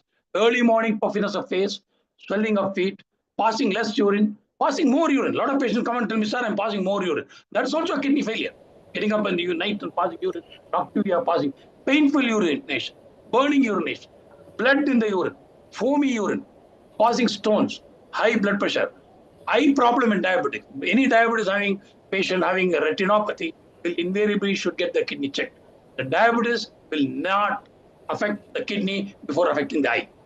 In medicine, there's nothing like never, almost ever, the diabetes will first affect the eye, then the kidney will get affected. So anybody who's got diabetes, get the eye checked. So anemia, all anemias are not iron deficiency. They could be due to kidney failure. I've already mentioned about itching, dry skin, vomiting, convulsion. These are some of the warning signs of kidney damage. Now, as a nephrologist, what do you aim? I aim from this boy who has no urine to this boy who's passing a lot of urine. I call it aim I in life. That should be the aim of a nephrologist on all our patients also. I jokingly tell a patient comes to me, a nephrologist with lots of money, no urine, goes back with a lot of urine and no money. That is my story of my treatment. And I also would like to end this with a quote from the National Kidney Foundation of Singapore, which says, I love you with all my kidney. You can tell your boyfriend, girlfriend, husband, wife, I love you with my heart. You can't donate your heart when you're alive. But when you're alive, you can donate one kidney. So Again, I come to the story. God has given you two kidneys for some reason. One is for you, one is for your loved one. Now, with that, I would like to end. And if there are any questions, I will take it. I think I will stop the slide sharing. Thank you. And I hope Dr. I will not bore you. Thank you very much.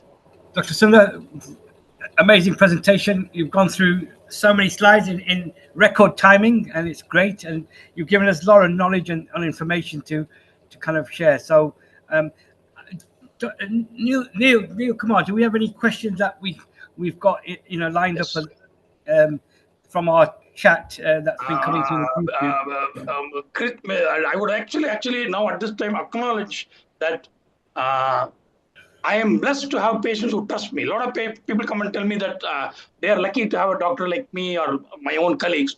No, we doctors are lucky that patients trust us. God has given us that chance. So we should actually, I learned a lot from my patients. As a professor, I learned so much from her story. Like Shobha Rao. In fact, I went for her 50th birthday. That's what I said. I learned so much from my patients that I have no reason to complain. Every day I go to work smiling because I feel I can do something and God has given me the chance to help. I think that is a blessing which very few people have. And I would place it on record that I thank all my colleagues, my students, juniors, and above all my patients who trust me over the last 40 years, which is a tough journey, it's not an easy journey, but still at the age of 70, I just celebrated my 70th birthday last week with all my 3 sons and 4 grandkids and daughters and whole family. And this is what I said, that I'm blessed that God has been kind to me. Thank you very much. Well, from Healing Our Earth, a belated happy 70th birthday, and wish you many more. So we need people like you to live as long as you can to help the patients around the world. So thank you. Thank you, Kirit. So we've got a question from a social media. Thank you, Dr. Shankaran in India. We've got a question from Frederick in Ghana. He's of an African origin. What are your tips to dissolve kidney stones without invasive surgery? It's a very interesting question. Actually, the kidney stone, the treatment actually comes with the urologist. But I have myself had kidney stones for the last 30 years. I've had 4 interventions.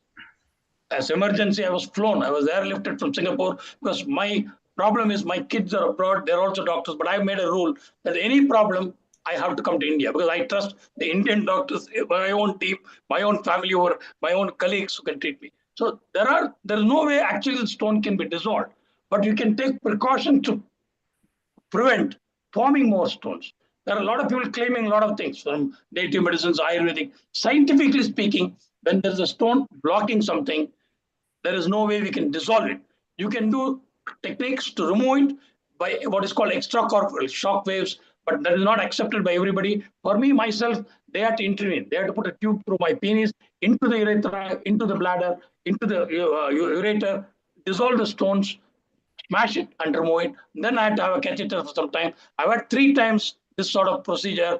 In fact, whenever I go abroad, before going abroad, I go and get my ultrasound done with my colleague because one experience of a kidney stone in Singapore and I had to be air dashed to India. So I don't want that problem. So I always go get my kidney scanned, find out any stone. If I think it's going to obstruct, I'll get it intervened. In short, there is no medicine which can dissolve an existing stone. That is the reality. Thank you. Well, there you are, Frederick. You can change your diet, you can try your best, but you do need to go and see your physician who will be a better place to give you the guidance. And it depends on the size of stones that you have got. You can take drugs like I'm on potassium citrate, a lot of other medicines, to reduce the stone burden or reduce the formation of stones. So that's what we can do. Prevention is there, but already stone is formed. There's nothing much we can do. So let's have a quick comment from Anjali in Hyderabad and Amrita in Jalandhar before we go to Dr. Venkatesh, who we will pose some more questions to. Anjali, your comment, and then Amrita, and then over to you, Kirit, and we introduce Dr. Venkatesh. Over to all of you. Thank you. Thanks, Dr. Sundar. It was an excellent talk, amazing information shared to all of us. My question to you is, what do you think about high potassium diets and the role it plays on kidney health? I think it's a very important question because normally whenever you say you got kidney problem, your grandmother will say, take coconut water, it's got high potassium. Somebody who's got normal kidney function, potassium is very good. But somebody whose kidney is not working, potassium can be a killer. In fact, my teacher in Vellore joking would say, if you have kidney failure, permanent kidney failure, and you have no money, go and buy a few coconut water and drink because you will die. The heart will stop. In fact, the cardiac surgeon uses potassium chloride to stop the heart while doing surgery. So potassium is all right for somebody with normal kidney functions. In fact, I am on now. I got normal kidneys. I am on potassium citrate to prevent kidney stone formation. So it is good. But somebody who's got kidney failure, potassium can be a killer. In fact, the alternate salt, the so-called rock salt, pink salt, they are all high potassium. So this is the problem I have. Patient, moment I say kidney problem, they do two things. Immediately they stop the sodium chloride, switch to potassium chloride, which can kill. The second thing they do is immediately reduce all protein, which is very not advisable. Even in advanced kidney failure, if you are a vegetarian, there is no need for protein restriction. Artificially bringing down a creatinine by protein restriction is stupid. Your creatinine from 8 may become 6, but you will be in the bed. We doctors have to treat human beings, not labs. We can't be treating labs. We have to treat human beings. This is what is missing now in modern science, so-called artificial intelligence. I get a lot of reports, so-called EGFR. I make money. Every time an EGFR report comes, somebody is worried of kidney failure, but the worry worsens the problem. He is worried. The fear of the disease is worse than the disease. I think this is a point I must tell you. Fear of disease is worse than the disease. Please understand. So coming back, potassium is good if you have normal kidney functions, not the kidney failure. That's good. Thank you, Dr. Sundar. Thank you. Perfect. Thank you, Dr. Sundar. I also had a question from you. So what do you advise? A lot of females have a lot of problems related with urinary tract infections. And if somebody has some stones or concussions in the kidney, it just reoccurs. So they say, we took the medicine, it doesn't work, and then it comes up again. And I'm like, a lot of females have this kind of an issue in relation to that, and they land up with this. What is your advice for them? I always tell this, urinary tract infection is a birthright of every woman by virtue of their anatomy. One is because their urethra is very short when they go to the toilet. The other thing problem in India is now, I think thanks to Modi, we're having more toilets. But I know because my wife was a working woman in a school, she would not use the school toilet. She will go in the morning at 8 o'clock and be holding the bladder till the evening, which is very dangerous. Moment you start holding urine in the bladder, it's a nidus for infection. Simple. A running river is difficult to pollute. I mean, you can say Ganges, still, Ganges river is better than a pond which can get polluted. Same way with human anatomy. If you hold the urine in the bladder, it's a nidus for bacteria to grow. So you have to keep seeing that you don't keep much urine in the bladder. So what do? You have to drink a lot of water, pass urine frequently. I tell my ladies, close your eyes, close everything. Somehow go to the toilet, empty the bladder. And at night, midnight, you have to pass urine. Because women go through pregnancy. During pregnancy also, there is bladder outlet obstruction. They can have infection. And invariably, all reproductive age women, I tell them, post-coital voiding is paramount. People don't talk about sex. They don't talk coitus in India. This is sort of taboo. I know a lot of women, educated women with breast cancer, they know something is happening, they won't talk. These are things which has to change. I think social media like this, women like you have to talk. Passing urine after coitus and taking a lot of water. So the answer is hydration, keeping the bladder empty is important. There are certain diets which can help also to prevent infection. Cranberry juice is supposed to prevent infection. In fact, there are now cranberry tablets coming up, but nothing like having. I have cranberries every day, 5 to 6 cranberries to prevent urine infection. Even uric acid levels come down. You may call it native medicines. You may make fun of us. Nevertheless, there is some science to prove that it could help. So these are some things which you could do. What is your take? Because cranberries are not easily available in India. What they are available is the sugary substitutes of that, absolutely. which is very dry, or cranberry juice, which is available. Do you recommend people taking that? See, I think your point is what you said is very true. I do get dry cranberries, but it is sugar added. So we need to get dry cranberries without sugar. Slowly, I think people are talking about it. But the pharmacy guys have done a great job now in India. There's something called track-free, cran-free, they have made this cranberry extract and made them capsules, but they're very costly. So nothing like having natural cranberries And the cranberry juice, as you rightly said, the commercial ones have a lot of sugar. Something I think that's good business now. If somebody can make this cranberry and make it urine tract infection free or some high funda name you have, infection free, something like that, and then we can probably market it and do some work on that. Okay. Okay. Thank you. Please stay around. We'll be having a great session of a panel Sure. discussion right after Dr. Venkatesh's talk. Dr. Venkatesh, global namaste to you and a very warm welcome to this episode. Um, you being a physician in this field, as well as you have done LLB as well, and you are a director of Kidney Dialysis Hospital. And last 5 years, you have performed more than 5 lakh free kidney dialysis with nil mortality. That's very important. So wonderful. This is what we want to know from you. How can people benefit from it and how they can approach you? What all is the criteria to go for it? How many days they have to stay for dialysis at your place? And how does the logistics and everything work? Over to you. Thank you so much, Kirit Bhai. Please take it over. Thank you. Thank you. Namaste to everybody. And so, Dr. Venkatesh, Sairam, yes. and Global Sairam. Namaste. Sairam. Thank you. Sairam. Thank you for joining us, and over to you. Thank you. Special pranams to my teacher, Dr. Shankaran Sundar, who had just talked. And I was a student for 2 years, and I learned everything under him. And one of the main thing is about spirituality and how to do charity, which I learned from Dr. Sundar, apart from my education. I revere him as Satya Sai Baba in bone and flesh, where he has supported me to do the free transplant.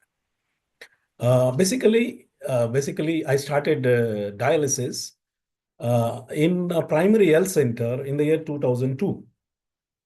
In India, hospitals are classified as tertiary care hospitals like medical colleges and district hospitals, community health centers, and primary health centers. These tertiary care hospitals, so-called medical colleges, are very few in the year 2002, and most of the treatment were available only in these medical colleges. None of the district hospitals. In India, there are 746 district hospitals, 5,400 community health centers, and more than 5 lakh primary health centers. The dialysis was only available in the tertiary care hospitals and very few dialysis machines in the medical colleges. And corporate hospitals were having adequate machines, but it is too expensive for a common man and common people to reach the corporate hospital because dialysis, as you know, is weekly thrice. So I had an opportunity. It is God pushed me into this ocean, I can say. Dialysis,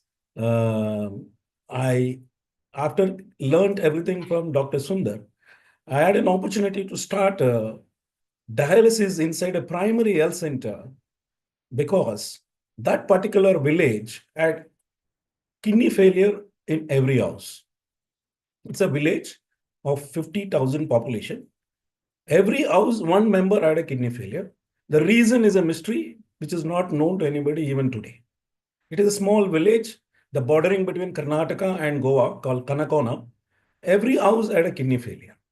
So I had an opportunity to start a dialysis inside this primary health center. I started with 2 machines, and the primary health center is in a remote village. After starting dialysis in a remote village, we were saving the lives of the people. And very challenging thing is, though we give dialysis, the important factor is the hemoglobin. Hemoglobin used to fall, and for which we need erythropoietin and iron sucrose in adequate quantity to be given to the patient. Erythropoietin is a very expensive injections. I still remember in the year 2002, an injection called Marcera, which used to come from Germany, will cost 9,642 rupees, a 3-drop of erythropoietin injection. So it was very expensive injection where kidney patients cannot buy. Apart from dialyzing, you need injections for that. So being inside a primary health center, with the help of the government, I managed to give adequate erythropoietin to the patients. Erythropoietin is one thing which keep the patient's hemoglobin up. It has to be adequate in dosage. Per kg body weight, 125 international unit of erythropoietin. So it comes to almost 10,000 unit of erythropoietin in a week. Though patient can buy erythropoietin, but they will not take adequate dosage of erythropoietin because it is expensive. So by the grace of God, I started giving adequate erythropoietins and started dialyzing them in a primary health center. This happened for 15 years. In the year 2014, July, I filed a public interest litigation in the Supreme Court stating that these 746 district hospitals in the country should have dialysis, like how I have been providing dialysis inside a primary health center with my own machines, with my own consumables, with my own technicians, and I am providing erythropoietin also free. Patients are living a happy life, no mortality because adequate erythropoietin is given, adequate iron sucrose is given, adequate dialysis is given. So this should be copied all over India. So happened in 2014, mid 2014, there was a change of the government. The government changed and they brought in something called Pradhana Mantri Dialysis Program. Within 6 months from the day of PIL filed, all the 746 district hospitals of the country had received dialysis. It is PPP model. All private players came inside a government hospital and providing dialysis for the public. So this continued and it was going on. And later to that, some more remarkable changes took place in the government of India. That is, the government of India introduced something called Ayushman Bharat, or it is called as PMJ. It is a universal health insurance policy wherein every dialysis, whether it is done in a corporate hospital, whether it is done in government hospital, whether it is done in a nursing home, government of India will pay 1,500 rupees per dialysis. And the private hospital should be empaneled with the government of India. So in this way, 27,000 private hospitals in India empaneled with government of India. They are the beneficiaries of this 1,500 rupees per dialysis. Still, further going ahead, transplant is in a preventive stage. And I had to travel to Supreme Court very frequently to pursue this matter, this PIL. When I was pursuing it, then I learned in Delhi. Delhi is the second populous city of the world with 3.5 crore people living in Delhi. And this scheme of Ayushman Bharat is not applicable in Delhi because there was a local government which doesn't want to implement the central government policies. So there was a big queue of patients. I had a few meetings with the health minister of Delhi where I came to know the statistics. The statistics said in Delhi, there are more than 1 lakh patients for dialysis and there are no charitable free dialysis done in Delhi. This was reverberating in my mind. 1 lakh and above patients and there are no dialysis, free dialysis in Delhi. So I was going between pillar and post, meeting all bureaucrats and many people. Ultimately, I had an opportunity to meet the Gurudwara president. The Gurudwara, that time during lockdown, COVID lockdown number 1 and lockdown number 2, Gurudwara people were providing langar for all the people who are going out of the city. All over India, they were providing free langar. So I met the Gurudwara president of India and I told him, you are so kind-hearted, you are providing food for all the people in India. Why not you provide free dialysis for the people of Delhi? There are more than 1 lakh people who want dialysis in Delhi. Can you provide free dialysis? I can give you the entire technical no. He asked me one question. Dr. Sir, how many machines can you install? I said, you want 500 machine? I can install 500 machine. Machines are plug and play. I can install 500 machine and dialyze this 1 lakh people if you allow me.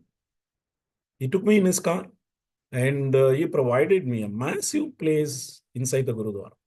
He called his subordinates and said, keep this place to doctor to run the dialysis. So I started 100-bedded free dialysis with my own machines, own technicians, and own consumables. And one good news is that I also provided erythropoietin adequate dosage and iron sucrose adequate dosage, which is very expensive. So the mortality of the patients were nil only because I was giving adequate erythropoietin, 10,000 unit of erythropoietin every week, iron sucrose, and dialysis. And post-COVID, I started getting too many children for dialysis, which I have not seen before COVID. Before COVID lockdown, I never used to come across children, 5-year-old girl, 10-year-old boy. A lot of children started coming, but the diagnosis is still not complete. Like the reason for the renal failure is not yet established. Why the children are getting so many kidney failures after the COVID lockdown? So a lot of children started coming. Now we were dialyzing these patients free of cost inside the Gurudwara. And the Gurudwara gets donation from all over the world to meet the expenses. A good opportunity to do seva for the public. And we are now in a progress to start free kidney transplant with the help of Dr. Sundar. Dr. Sundar have done 3,000 renal transplants in India, and he is being appointed by the Gurudwara head as a mentor and advisor to the Gurudwara for the free renal transplants.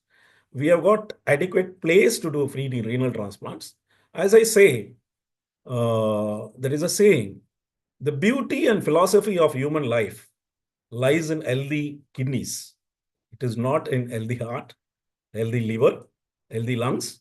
The beauty, philosophy of human life lies in healthy kidneys.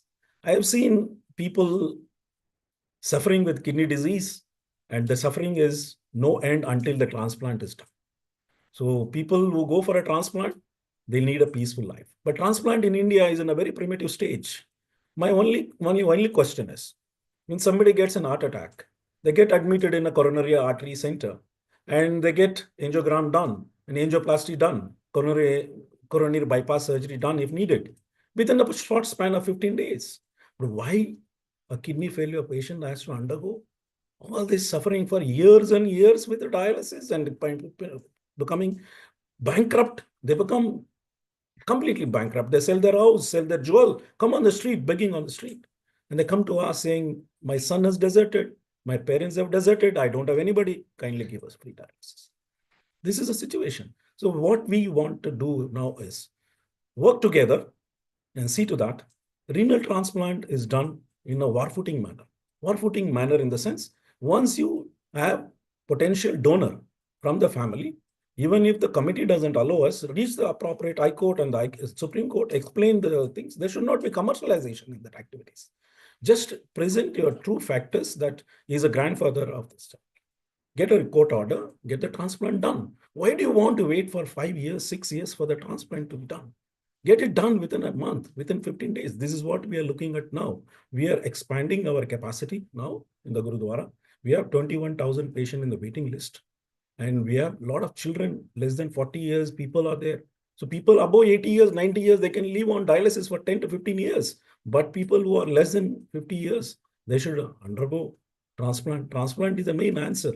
We cry because we see the people suffering with various symptoms. Though they undergo free dialysis, though they get all the things, they do have AV fistula complications.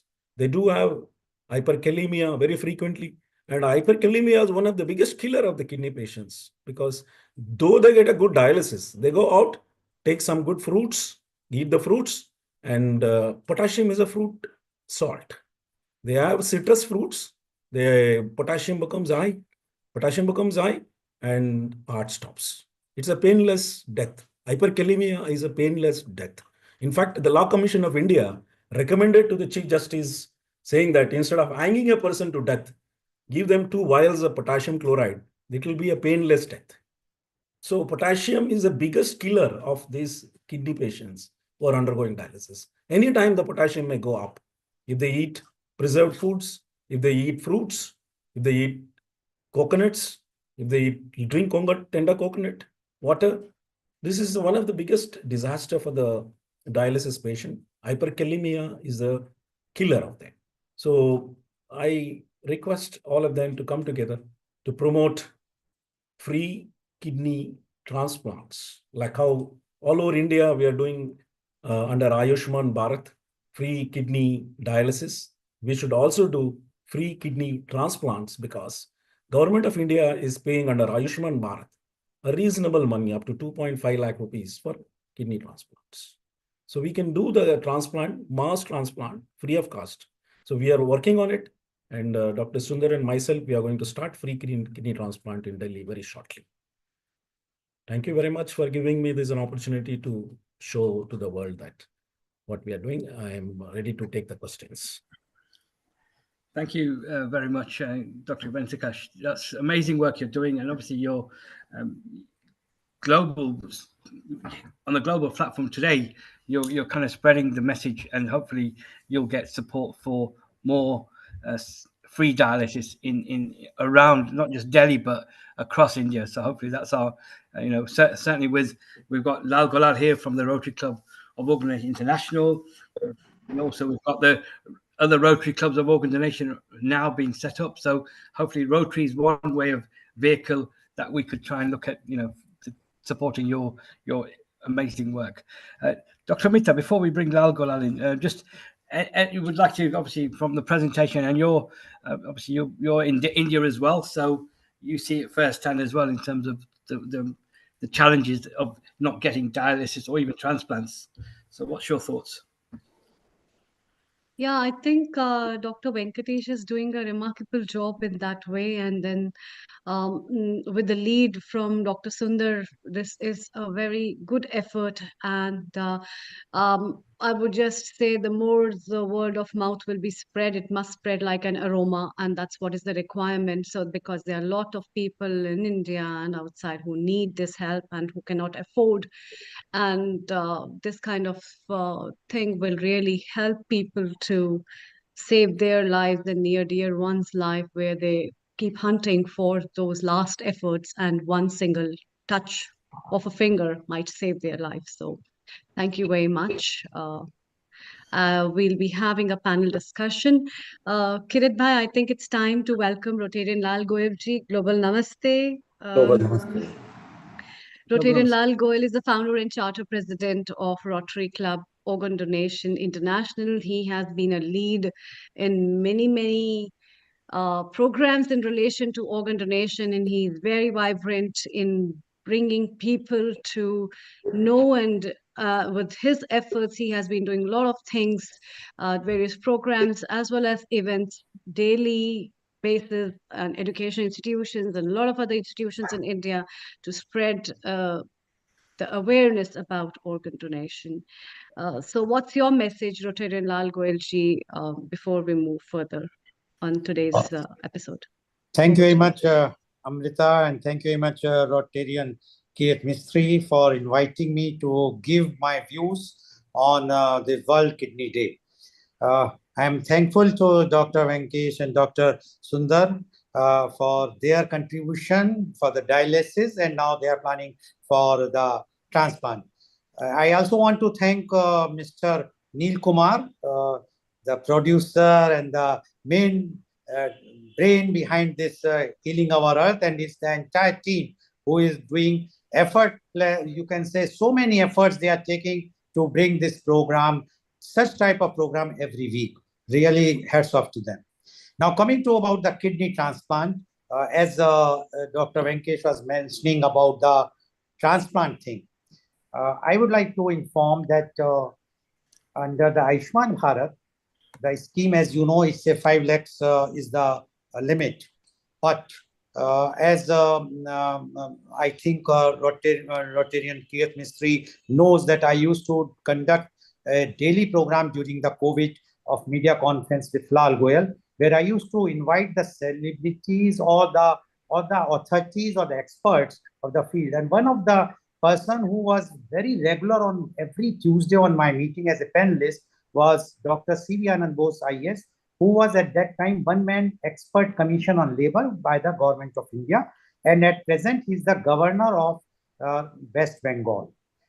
In one of the program on organ donation, he mentioned that, see, in Ayushman Bharat, the government of India is providing 5 lakhs rupees, up to the 5 lakhs rupees for the transplant. And I said, look, this 5 lakhs is not sufficient because as Dr. Venkesh was also mentioning, the private hospitals, they are charging far more, even for the kidney transplants. In Mumbai, the charges are between 7 to 10 lakhs of rupees in a private hospital. And we know the condition of the government hospital, very few are doing the transplants.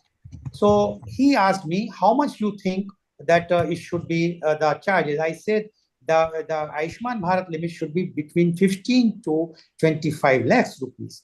He wanted the clipping of that program, a small clipping of this particular discussion, which I sent to him. And he forwarded that clipping to our Honorable Prime Minister, Mr. Narendra Modi. And I'm very happy to inform you that under the Ayushman Bharat scheme, only for organ donation, the limit is now not 5 lakhs, it has increased to 15 lakhs rupees for all the BPL patients. So kidney transplants, whether you do it in private hospital or a government hospital or a charitable hospital, it is entirely covered for BPL patients. Unfortunately, this is not advertised. People are not aware. Today, I had a meeting with one of the oldest medical college, might be first 5 medical colleges in India, that is SN Medical College, Agra, where I had a discussion with the principal.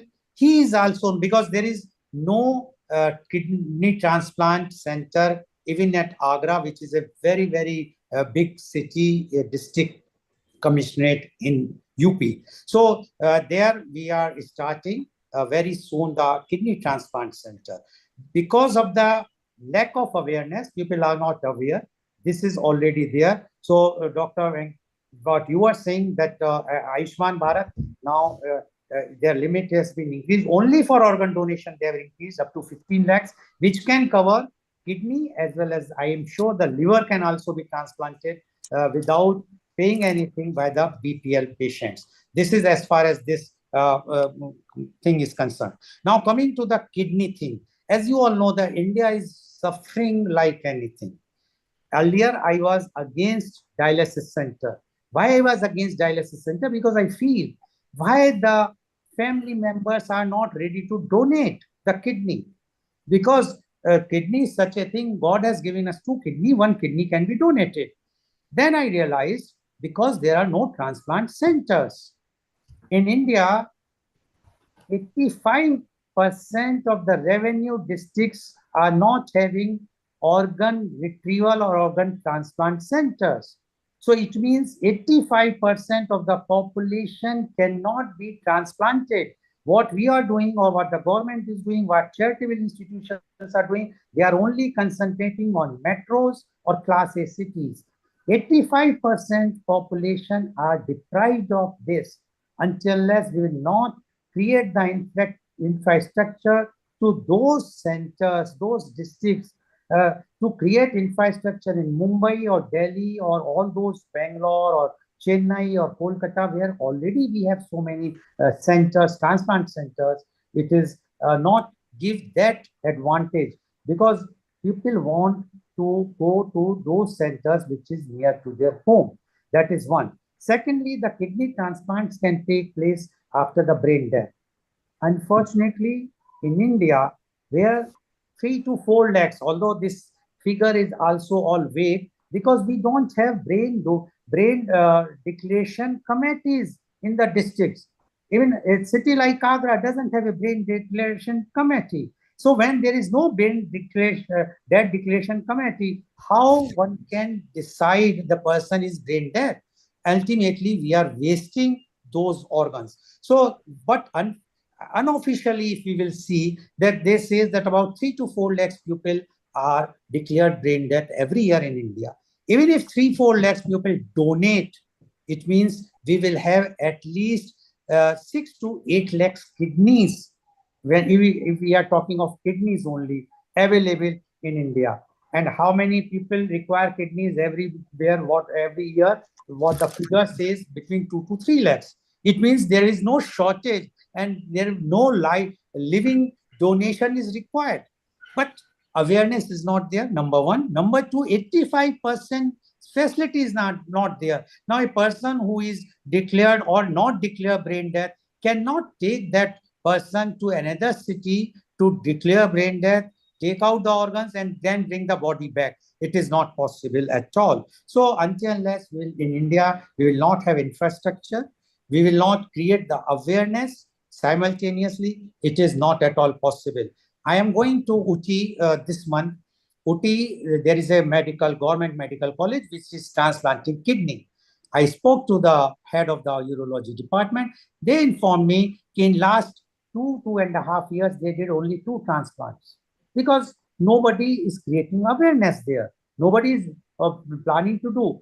We have to understand that this particular problem requires all the stakeholders to work hand in hand, whether it is a medical profession, whether it is a government organization, whether it's a NGOs. Until they will not come together, it is not possible. Where there is infrastructure, there is no awareness. Where there is awareness, there is no infrastructure. So that is also one of the reasons India is suffering very badly. And that's why what Rotary Club of Organ Donation International is doing, they are not only creating the awareness, they are also coming out with the such type of transplant or retrieval center.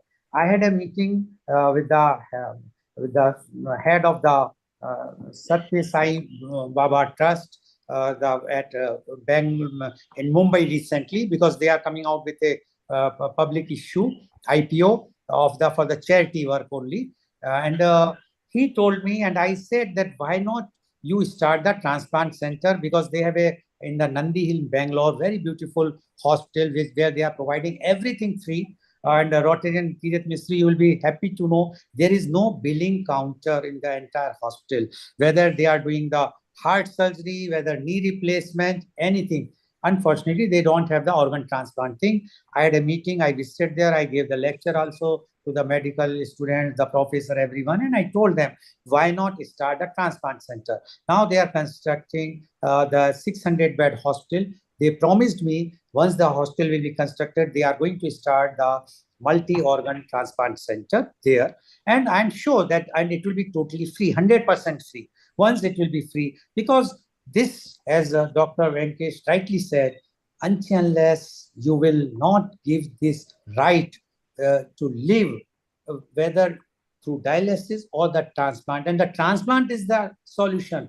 That dialysis only, we are just prolonging the life, just giving them relief. But as he rightly said, the person become bankrupt, so many complications. His life is not that healthy life. He is running, or she is running every third day to a dialysis center or going for the pain and agony. So I personally feel that unless we all come together, do something, and this is a very good lead taken by Rotarian Kirat Mistry and Mr. Neil Kumar to keep such types of programs on kidney donate, kidney day, World Kidney Day, etc., so that awareness can be created. But awareness with the logistics, with the infrastructure is required, and that is only possible when we all come together. I'm sure that I have put up my thoughts. If anyone wants to ask questions, you are free to ask. Thank you, Rotarian Gulal. I think what you presented in terms of what you're doing as well as part of the Rotary Club for Organ Donation International, but also the last comment was, we can only do this together, and working together is the way forward. And it's great to hear about the transplant center in Bangalore with part of the Satya Sai movement as well. And obviously, there'll be good opportunity to connect with Dr. Venkatesh after this as well. So what I'm going to do, just we'll hold the question. I'm going to bring Dr. Well, it's a good colleague as well from Leicester, Atul Bagal, who's a head of transplant services in Leicester University Hospital, Leicester. He's also works hard, tireless in the community, raising awareness. So really, without further ado, I'm going to let Atul come in and share the wonderful work that we're doing here in Leicester, and part of his team are doing as head of transplant services at the University of Leicester. Thank you, Atul. Thank you, Kirat, and thanks everyone for allowing me to speak today.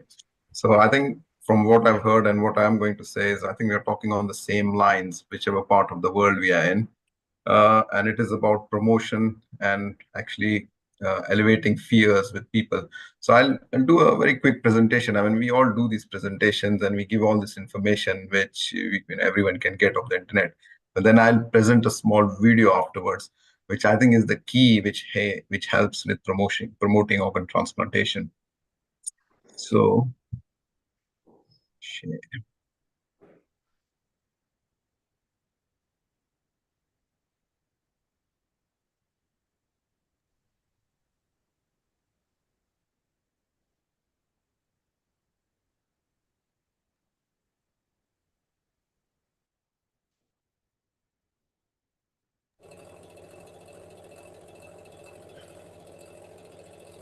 Okay, so I've been asked to talk about transplantation in Southeast Asia. I mean, the predisposing factors are diabetes, hypertension, low socioeconomic status, and one factor which is reduced intrauterine growth retardation. Now, the prevalence of this is a big problem in that part of the world. It ranges from 10.6, lowest in Nepal, to 23.3%, highest in Pakistan, and India somewhere in the middle. And the problem with kidney failure is, how do we manage it? I mean, we've heard from our nephrologists who talk about how they manage it with hemodialysis, peritoneal dialysis, and then they've spoken about their vast experiences with transplantation. And the key is, how do we move the baton straight to transplantation? Now, most people will have heard about poor outcome from dialysis. You'll be quite surprised to see your chance or your 10-year survival, if you're 40 and you're supposed to reach 50, is about 50%. This is worse than most cancer survival rates. Now, why have a transplant? A transplant gives you freedom from dialysis. It's locking you off that machine which you're hooked onto. It gives you a better quality of life. It gives you a direct impact on your lifespan. And of course, it is life-saving for some people who've run out of dialysis options, which happens. Kidneys can come from your loved one, live donors, and deceased donors. I mean, in this part of the world, deceased transplantation is bigger than live donor transplantation. Of course, we'd love to change that, but that's the way it is at the moment.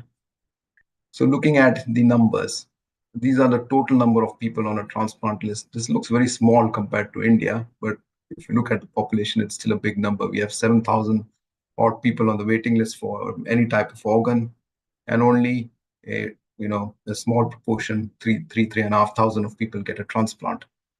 Live donors, biggest number, but when we put our DBDs and our DCD donors together, only live donors only form a third of these transplant, while in India it's about 99% of the donors.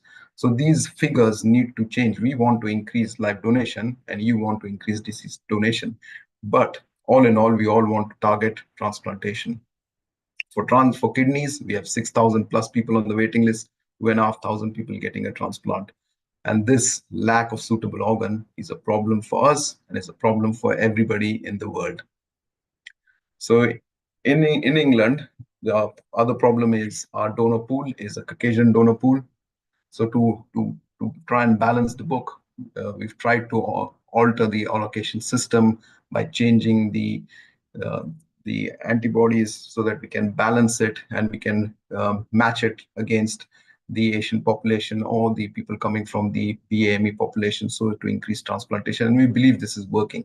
But of course, this is still not enough, because we're not seeing our loved ones come across and donate a kidney. As we've heard, we have two. One is spare. We should go ahead and donate it. So transplant, what does it involve? It involves a surgical procedure.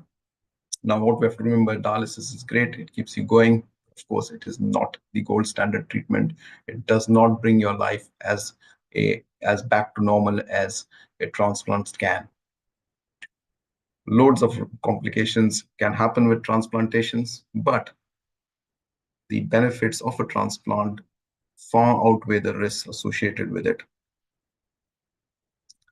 Our live kidney transplant has further added benefits. You can time the surgery. You don't have to go on dialysis. You can avoid the dialysis, as we heard from our first speaker, how dialysis is not great.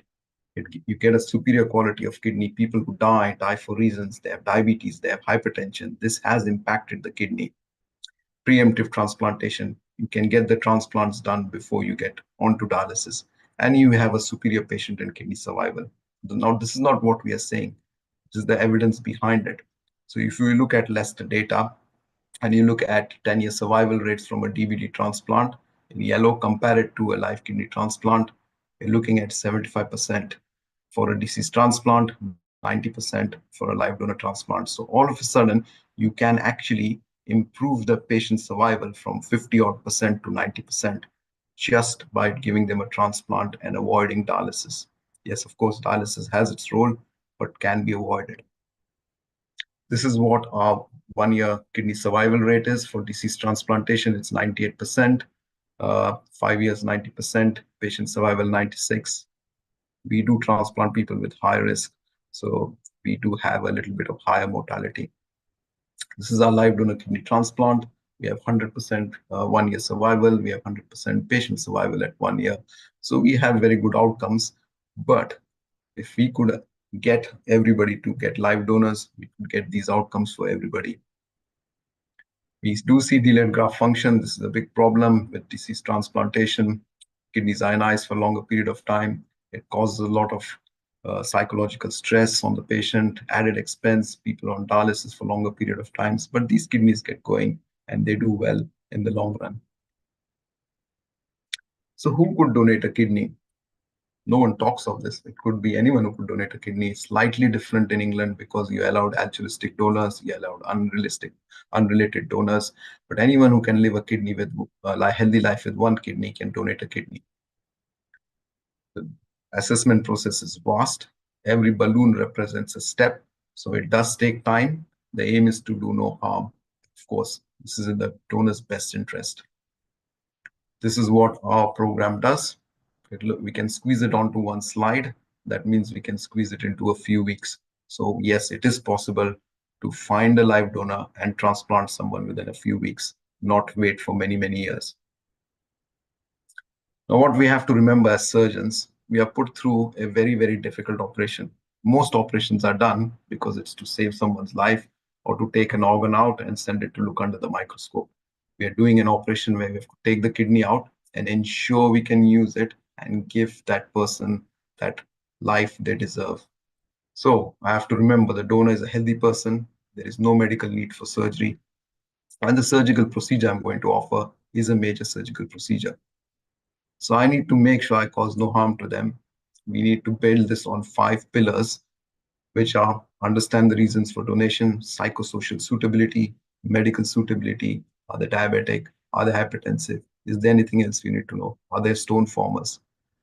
We need to know the surgical suitability, have they had different operation, what are the number of vessels supplying the kidney, is that kidney feasible to be taken without causing harm? And in England, you have the independent assessment, the HTA, which is completely separate from this to ensure no money exchanges, no one is forced to do it, and there is a sort of a protection umbrella under the scheme.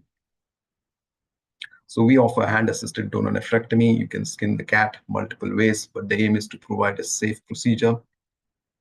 These are what the scars look like with keyhole surgery. You have to make a hole big enough to take the kidney. The kidney is the size of a clenched fist, so it has to come out from somewhere. There are risks associated with the donor. The donor has to have long-term follow-up. I think if you cannot offer the long-term follow-up, you shouldn't be offering an operation. That should be very important.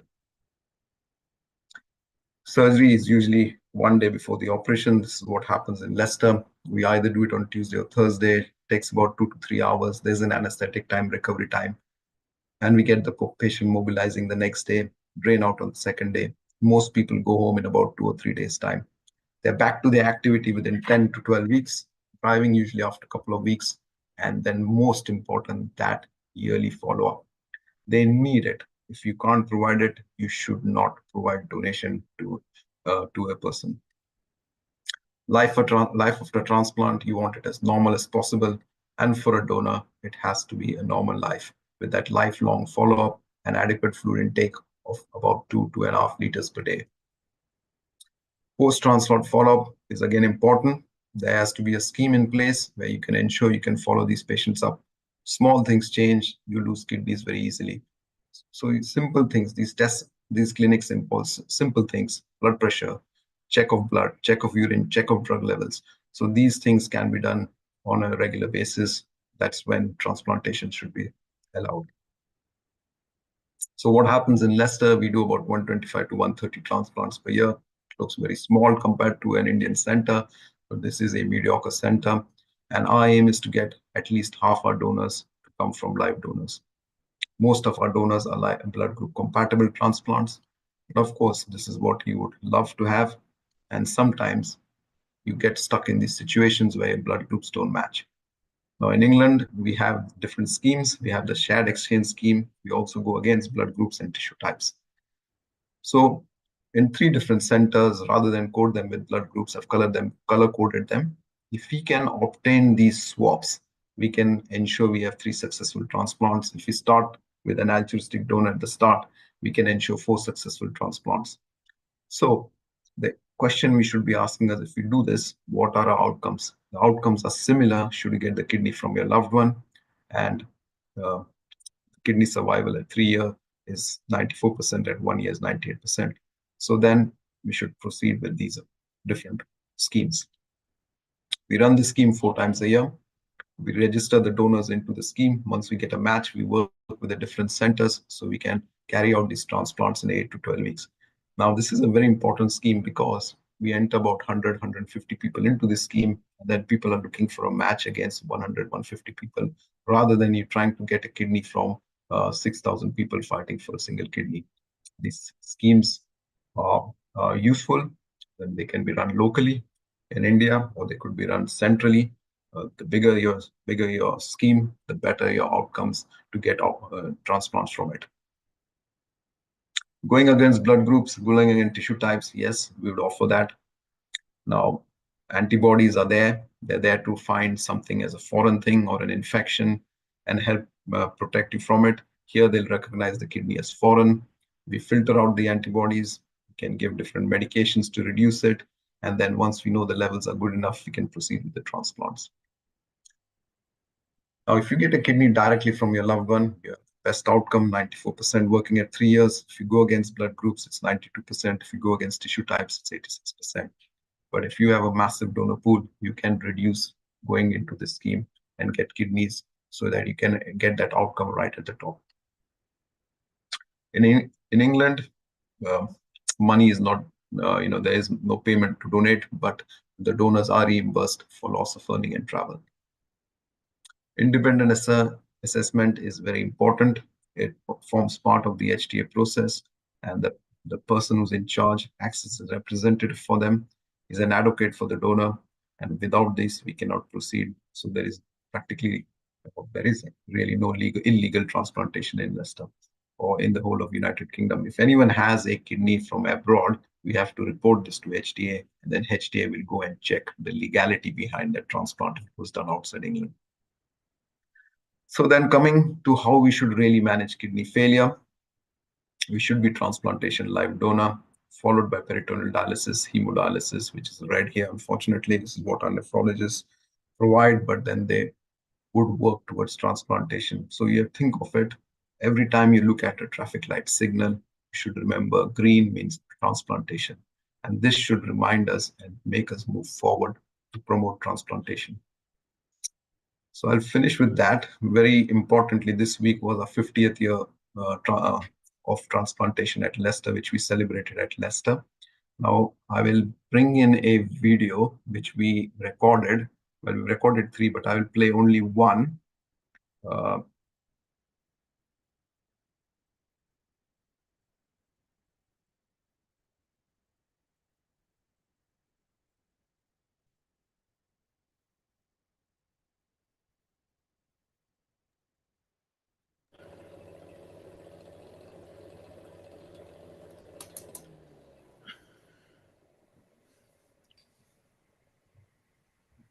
At all, there's no sound.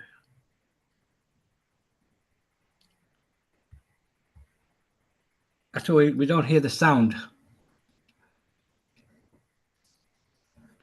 So Atul, if you can hear us, if you stop sharing, reshare and click the sound audio icon so we can hear the sound. Okay, I'll try again. No worry, no panic. We also got a question from Iceland from Olson who wants to ask a question to you. And so we'll ask that question later, or maybe we can chit chat while the video is cropping on. So as you share again, you will look on the right-hand side or the bottom left, share or play sound, you will tick yes to it, then then we can hear the narrator. So there's click no- on share and share sound, yeah? There is no copyright, is there? There's no copyright material. No, there's no copyright for this, don't worry. Fantastic, yes. So if you just share the sound, then click on, then the sound will propagate and we will tell you. The thank you slide has come right now. Yeah. So the video you chose was not there, so.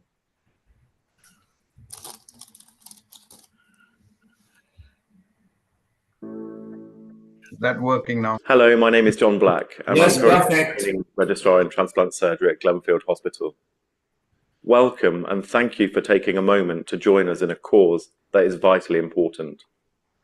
At University Hospitals of Leicester, 2025 marks 50 years since the unit's inception. We are proud to be a part of an ongoing effort to address a critical need, encouraging more Black, Asian, and ethnic minority communities to consider becoming a kidney donor. If you're in need of an organ, would you take it? If you're going to take, then you should be willing to give. Right now in the UK, patients from Black, Asian, and ethnic minority backgrounds face longer waits for a life-saving transplant due to a shortage of matching donors. But by raising awareness of this deficiency, we can change that. Every donation has the power to transform lives, bringing hope to individuals suffering with renal failure. As we are obviously celebrating 50 years of kidney donation here in Leicester, we need to ensure that for the next 50 years, our communities are not going to suffer as they have done. Then we need to ensure more donations. In these short testimonial videos, we invite you to learn more, share this message amongst loved ones, and consider the impact you could make to other families by means of organ donation. Together, we can make a difference. Having renal failure has impacted my life quite a lot. Couldn't work due to fatigue. I was quite overwhelmed. I gave my kidney in November 2021. I have a very special relationship with my dad. It was a difficult decision. Because prior to that, she got married 5 months before. So I asked her, have a word with your husband, what you're thinking, have a word with your in-laws, and see what they say. I've always been a bit of a daddy's girl growing up. He's been like my best friend. Whenever I've needed anything, he's been there for me. I don't want you to give me a kidney and you have a difficult life in marriage. So find out about that. And she did. She asked her husband and he said, go for it. And the in-laws said, go for it. It's a good thing. And the reason behind my wait time being so long is because I come from an Asian background. We don't have that many people coming forward. People are scared to donate. It was very challenging at first because my mother was just distraught. The thought of having her baby girl and her husband in theatre together on the same day was terrifying for her. But those challenges we overcame quite quickly as a family, and we sat down, and there were disputes and there were almost divisions as well, like fors and against, and we almost created two teams. And then we merged together as one, and we all made a decision together, and we all decided that this was the best option for Dad and saving his life. My dad and myself both got tested to donate to my mum, but neither of us were a direct match. So that meant that one of us had to donate on her behalf. So we entered into a scheme where it was a chain, basically, where one of us would donate on behalf of, obviously, my mum, and to somebody else, their family member, and likewise. So I think that day 4 people got a kidney, which was nice. I found it quite hard to feel that, one, if I got a deceased donor, I felt like I'd be profiting from somebody else's death. But with the live donor or the shared pool, I felt as well like I was asking somebody to go through quite a big procedure just so that they could basically save me. But the family's reaction to that was completely the opposite. They really wanted me to feel well and have a second chance of life. Our communities are having, I think, the fear of donating. They don't want to think about death, which is inevitable, which is in all communities, because of they're sticking on to the religious and the cultural kind of taboos. That's what we need to break. Mum's kidney came from an altruistic donor, which obviously is someone who didn't have any reason or family member to donate for. They did it out of the goodness of their heart. And if it wasn't for her, Mum obviously wouldn't have gotten the kidney that she's got now. So I would recommend it to anyone. If you can do it, you're fit and able-bodied, I would definitely donate. Since I had my transplant, I have managed to get back into work properly. Started to do a lot of activity. I've started to coach my under-10s team as well, so football coaching. My kidney went to somebody in London. I'm not sure who it was, but the fact that I know I've helped somebody and helped my mum is, you can't really describe that feeling. What I could say to the person that actually donated and saved my life is I'm very, very thankful for that person. I can't thank that person enough. I'm just grateful for this kidney, and I will look after this kidney. I promise you guys. My family are very proud of me. I'm very proud of myself that I was able to save a life, and the fact that I saved my own father's life is something that I will hold very close to me for the rest of my life. So. We are promoting transplantation and organ donation because the key problem is lack of suitable organs for transplantation. A lot of people on the waiting list, about 6,000, only about 2,000 get a transplant a year. And then this has a remarkable back effect where people are struggling to get transplants because of lack of suitable organ donors. There are multiple donors or people who could be donors in the country. I think the lack of awareness of donation is important for them to understand this so that we can promote transplantation and get the patients the gold standard treatment for chronic renal failure.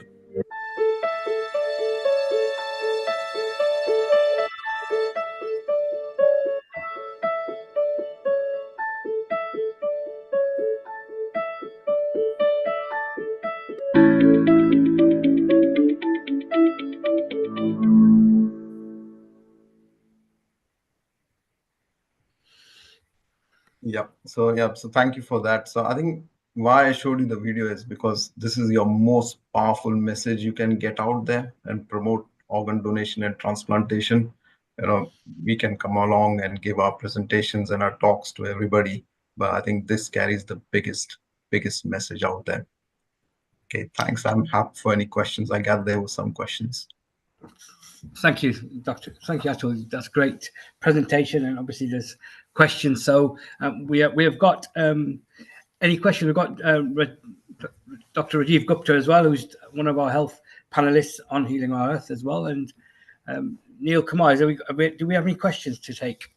Yes. So there was I don't know whether Atul can answer this question. It's a technical question from Olsen in Iceland, who works in United Kingdom, but he's an Iceland national, and he's wondering, does he also qualify for kidney transplant?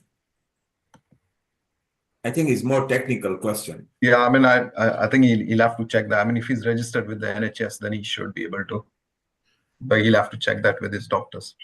So Olsen, you can make your own inquiry. You got a good chance because you are working here, and normally those who are working on a permit year, they do pay for the NHS basic fees, so they are covered. So there is a possibility. There is also a question, similar question to that. What is the regulation when it comes to private healthcare for kidney transplant? One can also get that without fees, apart from paying their private care funds. You mean in the United Kingdom? Yes. I mean, if you're in the NHS, then it's all free. So basically, the government will cover everything for you. And that includes your medication, your dialysis, your transplant, and your post-operative care. It can be done in the private sector also, but in the private sector, it is extremely expensive. But yes, there is a way of, it can be done that way also. Yes, Atul, I think Samantha was hinting that there is a waiting list on NHS. So maybe through private, if the matter can be speeded up, So, that's what she wants. okay, I get your question. So the answer to that is the register, or what you would call the waiting list, I call it the register, is where everyone is registered on it. So when a kidney becomes available, you will be entitled to that kidney if you are the first on the list to match that kidney. So in the private sector, it is really a live donor transplantation. You cannot enter into the scheme, enter into something privately and hope you can get a kidney quicker from the deceased donor list. No, it won't work like that. The private transplantation is for live donation, not for deceased transplantation. So there you are, Samantha. You have got some answer over here. Our technical director, Nishit, is also asking a question. What sort of diet should one follow to avoid any kidney accidents?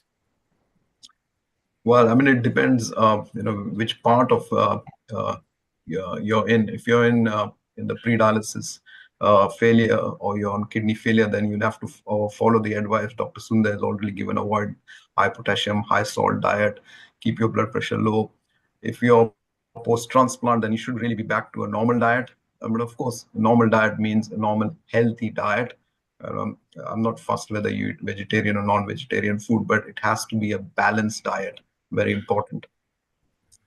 And one of the questions Nishit was asking is, how does diabetes and high pressure, blood pressure affect? Well, Dr. Sankaran actually specifically mentioned that if you got this, then get yourself checked with your kidney stool. There could be a very good chance that by sorting your kidney out, you may sort the others out. Isn't that right, Dr. Sankaran? I think so. I think the two common causes are high blood pressure and diabetes. That is the key. Controlling blood pressure, controlling sugars, lifestyle changes can prevent kidney disease. There's a question also, are there any specific liquid or drinks? None of the drinks actually help. And there's a myth that barley water is good for kidney and all that. Barley water cannot prevent kidney. I mean, in kidney failure, it cannot reverse kidney failure. But a lot of these myths go on. You have YouTubes and social media talking of so many things, native medicines. As far as I go, scientifically, there is no drink or anything which can reverse kidney failure. Definitely lifestyle changes, which you always discuss. Anything which is good for the heart is good for the kidney. And get people with one kidney live a normal life. I think looks like Nishit Kotak has not listened to my talk. Nevertheless, I would like to repeat, 1 in 1,000 is born with one kidney, which naturally proves by divine intervention that one kidney is enough to lead a normal life. Our former Prime Minister, one of the most famous Prime Minister, Atal Bihari Vajpayee, had only one kidney. And he did everything, more than everything any Prime Minister could do or not do. So the moral of the story is one kidney is, in fact, I keep repeating this. Why has God given us two kidneys? One is for you, one is for your loved one. That's my take. Thank you. Thank you, Dr. Sankaran. Nishit is actually picking questions from the social media as well. We are actually live broadcasting on YouTube, Facebook, website, Telegram. I'm sorry. Nishit is the messenger. I'm shooting the messenger. Sorry. No, it's fine. It's beautiful. so because the new people who have joined from different country time zone has asked that question. I think they should go back to the YouTube. I think it's being recorded, which is great. I was just going through YouTube. They should go and look at the YouTube video back. Earlier, you had answered very explicitly. That is very important. So it's very good. Let's go to our resident health lead as well, who is from the Integrated Health Division here, Dr. Rajiv Sukla. He's actually an NHS doctor over here. Rajiv, you got a question and a comments and everything. I think Atul presented so nicely. So Kirit, Atul's presentation should go onto our social media because it's very nicely easy leading. Dr. Shankar. I would comment. I think I will listen to so many surgeons talking. I always say the surgeons who talk, surgeons who can operate. I think Atul is one who can talk and operate. Thank you, Atul. Great job. Proud of you. He did it very eloquently. And the good thing is that he's also from United Kingdom, from Midlands NHS. So that's very good. So Kirit, if you could get the presentation both from Dr. Shankaran and Atul on social media, and then take to our other groups so that let's get and spread the word out there, including Rotarian Lal Gohel. Over to you, Rajiv. Rajiv, your comment before we take We'll be also going to Shobha in the United States of America, where it's morning at the moment, and we'll be chatting to her as well. And we will also ask Professor Vicky what she thinks so far, because she's been patiently waiting. Rajiv, over to you. Thank you so much. It's really, really very powerful information and useful for people to understand that, as is mentioned just now, that God has given us two kidneys, and but normally only 15% of our kidney is being used. So there is a lot of reserve available so that we can use the kidney in order to flush out the toxins or the other undesirable substances. And therefore, hopefully, if we look after our kidney, we would not need the kidney failure and the kidney transplant as we described. And there are two important points here, and quite often asked questions, and probably Kirit Bhai knows that the number of Asians who are willing to donate kidney is relatively less, or in all organ donations are less as compared to others.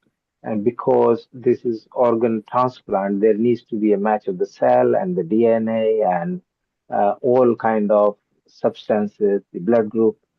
It is important to really understand that we should have maximum people putting their name on the list for organ donation so that the kidney can be used at the time of death or soon after death for somebody else who is needy for it. So that is one important message I want to share with all.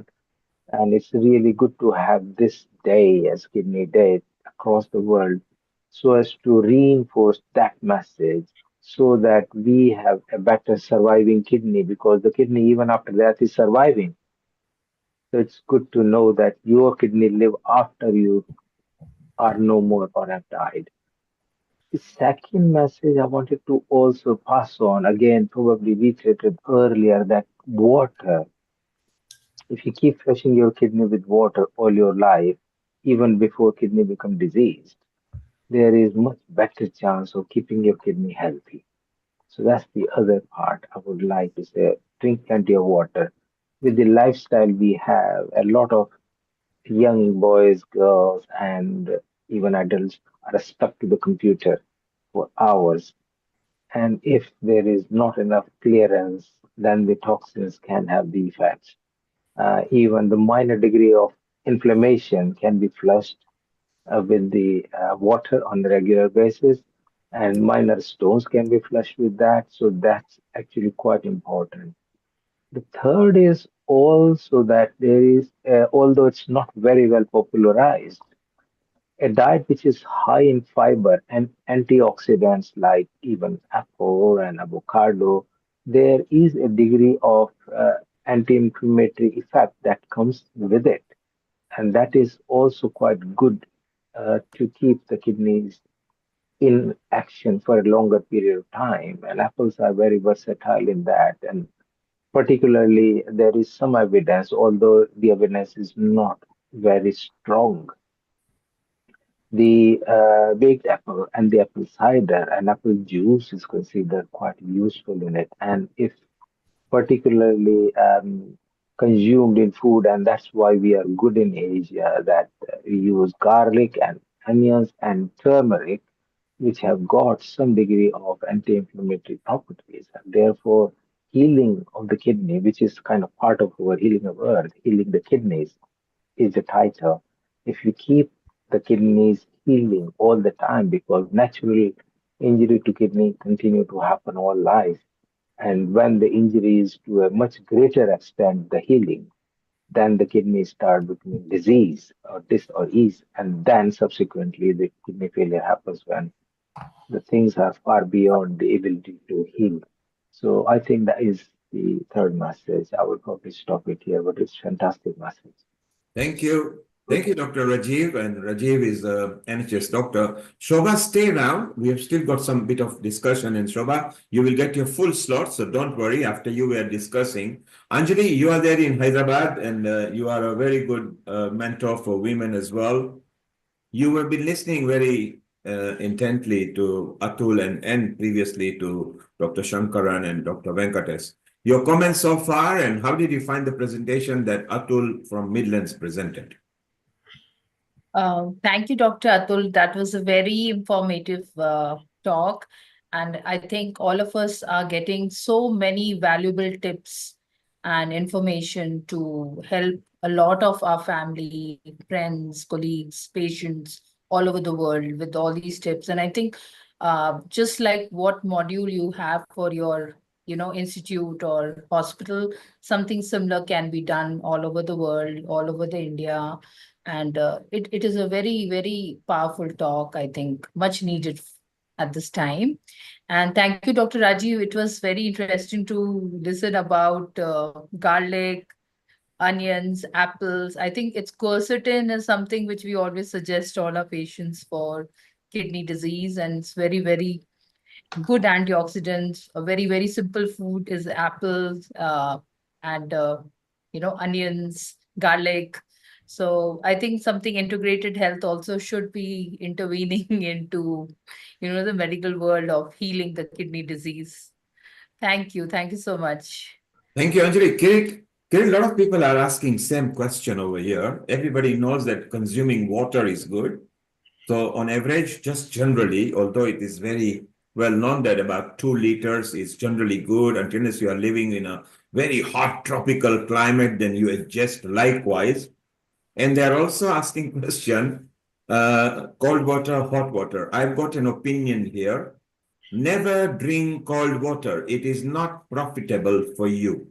Number one, don't drink cold water. Room temperature, and if you're living in an igloo or a frozen area, then again, room temperature is no good. Try to bring water to 25, 30 degrees. It'll be pleasure. You will like it. If your body likes it, your organs don't have to fight it to bring it to body temperature. But I'm going to ask Dr. Shankaran, before we go to Shobha and Venkatesh and Atul, can you give simple tip over 1 minute on a diet or consumption of water in a simple way that people can actually adopt without having to go out of the way? The simple answer is God has given you something called thirst mechanism. If you have the normal thirst mechanism and if your kidneys are functioning well, you go by your thirst. Going to drink some alternate medicine says take 8 liters of water. That is actually dangerous. In fact, there's something called the Boston Marathon runners who just start drinking water and actually it's dropped dead because they have more water than salt in their body, and that is called hyponatremia. So drinking more water without salt is also dangerous. The simple answer is if your kidneys are functioning well and if your thirst mechanism is there, you can drink as much as your thirst wants. Drinking 8 liters, not acceptable. 2 to 3 liters average, as you rightly said, depending on the weather condition. Suppose you're in UK in cold weather, you never feel thirsty. You will be only passing urine without drinking water. But if you're in Chennai or somewhere in Singapore, you'll be sweating. Whatever water you drink, still urine will not come. But simple answer is God's creation is so wonderful. Kidney is working well. Thirst mechanism is there. Drink as per thirst. That's the simple answer to the complicated question. Thank you. And I agree very simply. As the doctor says, trust God because God has designed human beings. You feel thirsty, consume water. Don't be crazy and drink 10 glasses in one go. Couple of glasses, 200 FM. Your normal home glass is 250 ml. 8 glass generally in a reasonable temperature is okay. So yes, doctor, you are very right. If your body says you are thirsty, drink water. Maybe if you feel you are hungry, you may not be hungry. You might be thirsty. Take some water a bit. And if you are okay, then that will save you there as well. Atul. I'm not sure of the temperature of water, cold water, hot water. I think Atul may be able to answer. I don't think it makes a difference. Actually, I love cold water, but it can have other effects. It may have sore throat or infection because the water is not, the ice is not sterilized or whatever. I don't think it makes any difference to the kidney, whether it's hot or cold. Too hot water, your throat may get burnt. I think I would say normal water is good. In fact, my surgeon, I had a surgeon friend of mine, he said, the best creation made by God is water. I'm a sinner. Let me have the second best whiskey. Yes, Okay, I think the wise man has spoken in the room. I think there is no science behind cold water and hot water. That's all I would say. And it's an average 2 to 3 liters. But again, it depends on which part of the world you live in. Thank you. And Atul, what is your simple tip of a diet? Diet is a normal diet. I mean, if you're a vegetarian, you eat vegetarian food. If you eat, if you're non-vegetarian, you eat non-vegetarian food. Fine, but it has to be a balanced diet. So it's all about being balanced. So I think we've touched on diet so many times. So I think if you're a renal patient, then they will talk to you about a renal diet that will be specific to the person. And your physician or your nephrologist will fill you into all this depending on that. And then once you get a transplant, it's about all going back to a normal balanced diet again. I think Atul's point is valid. In the transplant, I think hygiene is what is missed, especially in a country like India. I tell my patients, avoid eating food outside. We are not sure, especially the salads which are cut, which is not sterile, that's the problem. So my patients, I always tell them in a transplant, hygiene, more than what you're eating, hygienic food, water, drinking, you could drink tap water in England or Europe, but in India, you can't drink the tap water because that is not, my kids who come from other parts of the world, earlier I used to make fun of them because they would want only so-called bottled water. But then I realized if they drink Indian water, they're having diarrhea, they're having detoxification. So I have to buy bottled water in liters and keep it. So I tell them their gut bacteria is different from the Indian bacteria. But nevertheless, I think hygiene is important. And Atul very rightly said in his slide about transplant follow. I think Shobha Rao would agree. A transplant patient, I keep telling them, is married to the transplant team. It's not a happy marriage.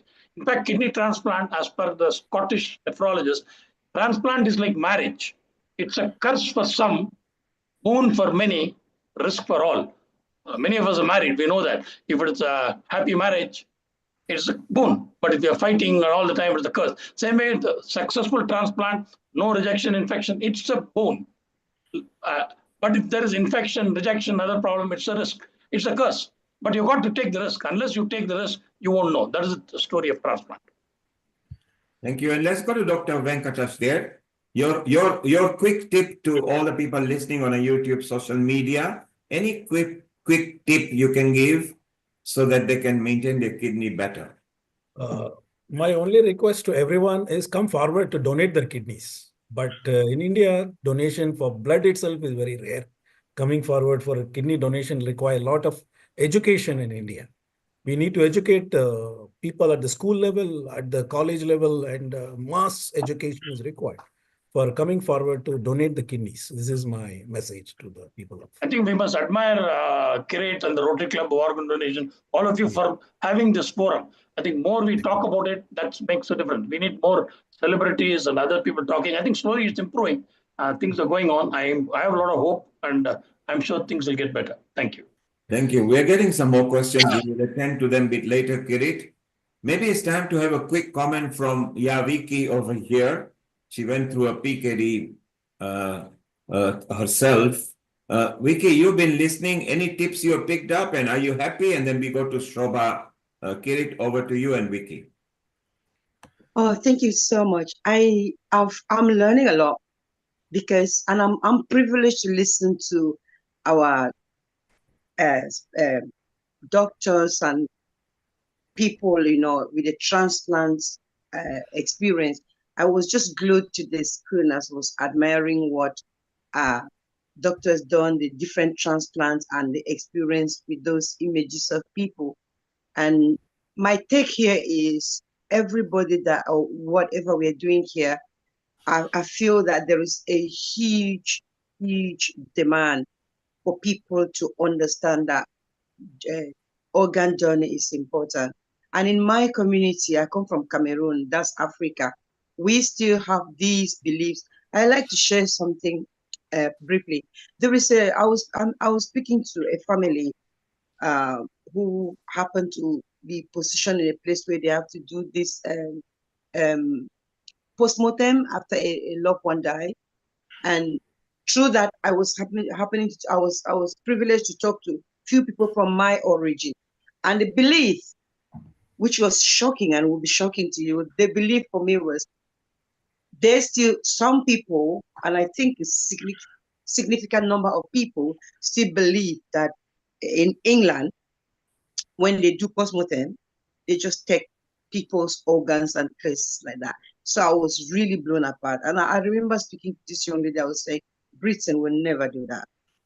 And then I was happy when one of our doctors confirmed that, from Leicester, this is what people, this is how far people are still, they're still in that world where it would take us a huge commitment to bring their minds back to focus, because at this age in time, 2020, some people still think that when somebody die here, they still take certain part. And they were querying, oh, this person didn't look like this. What did they do with the corpse and so on?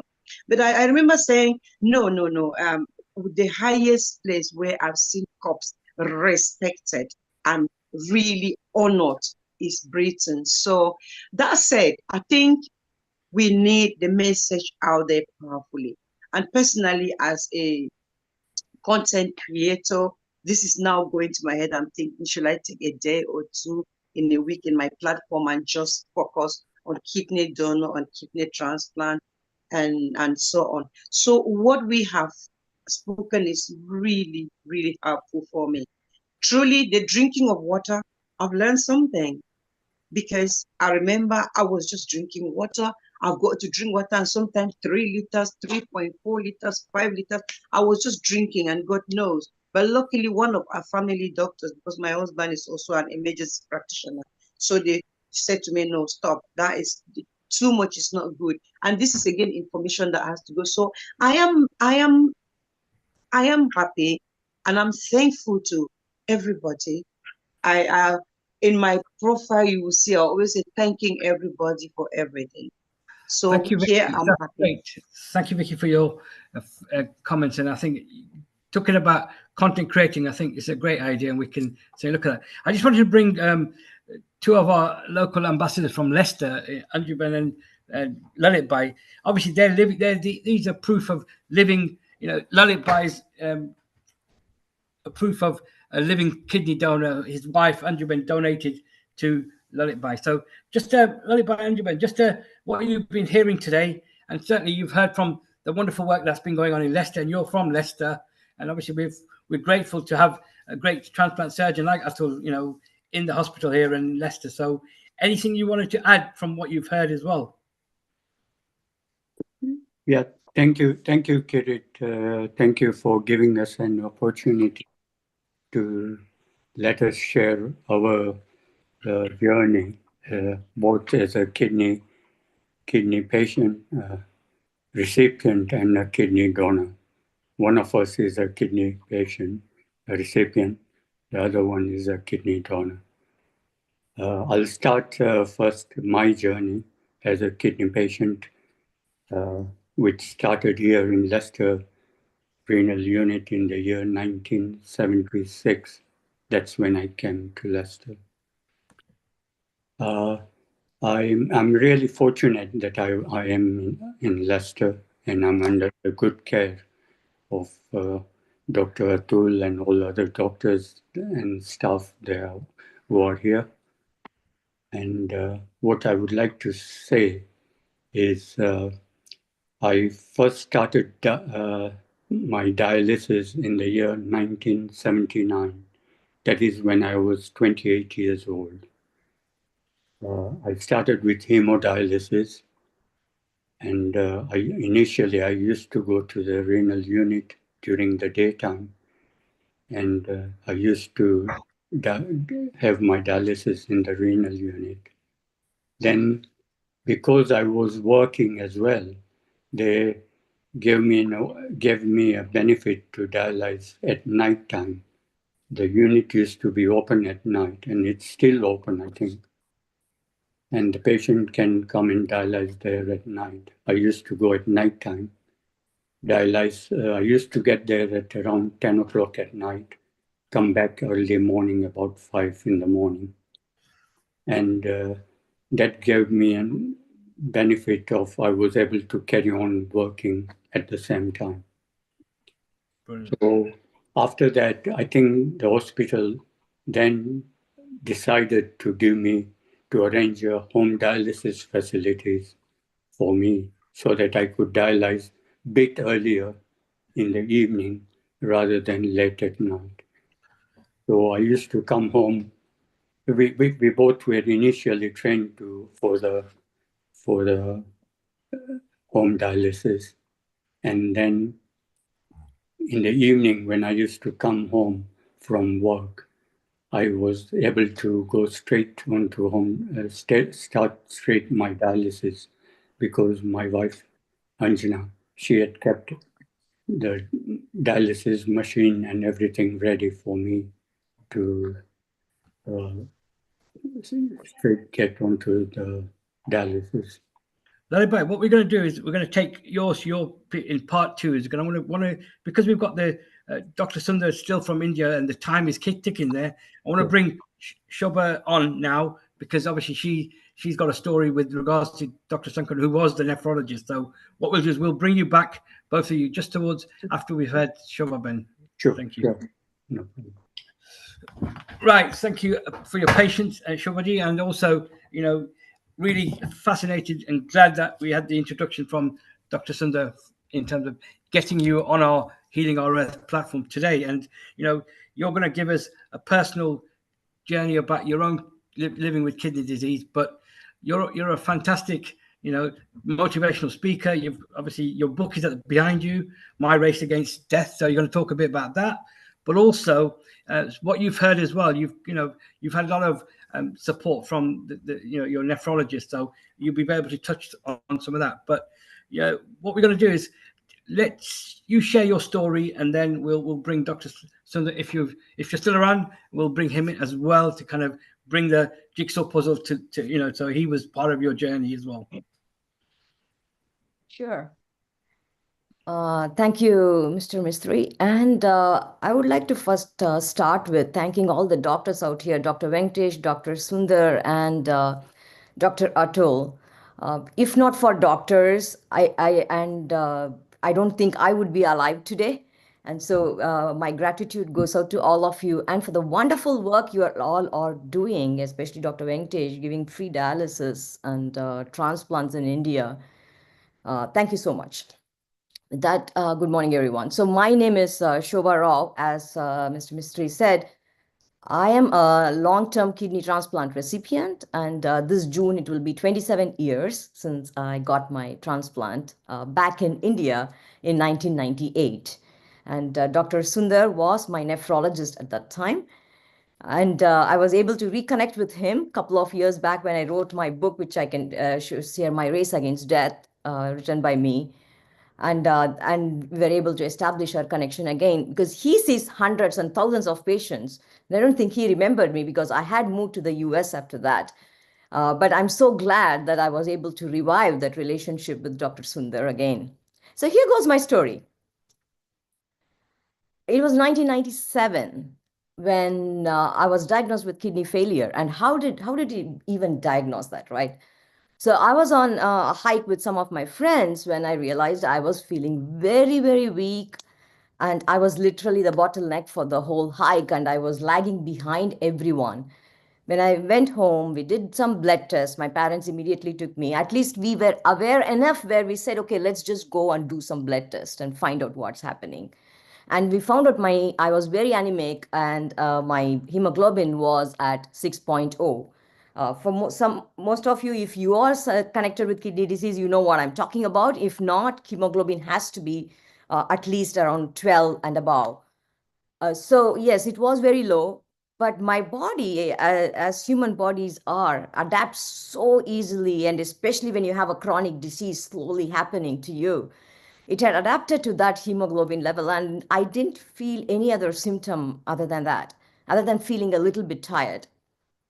And so we went to a couple of doctors, and they pumped me with iron injections and whatnot. But finally, one day, I did end up in a hospital where we said, okay, nothing was helping the hemoglobin. Let's see what was happening. And then they did a thorough scan, and we found out my kidneys had shrunk, and my creatinine levels, which is used for measuring your kidney function, was pretty high. Because as kidney disease, as we know, it is indeed a silent killer. And here, actually, I would like to share a small tidbit, because I think it was Dr. Venkatesh, who mentioned about high potassium and why he said, don't drink coconut water, don't keep on drinking too much coconut water and fruits. The thing is that normally, the moment you're sick, we all tend to eat more fruits and drink coconut water. And I remember doing that. My mom literally pumped me with fruits, and she used to give me coconut water when I was sick. And afterwards, when we found I had kidney failure, and immediately, luckily, I come from a family where everyone is quite educated. And we immediately learned that, oh, we should not be eating high potassium foods, and found what we were doing was totally opposite to what is recommended. And we went back on a renal diet, as the doctors said. So we need to be aware of these things even when we are sick. So I think this session is very good that way.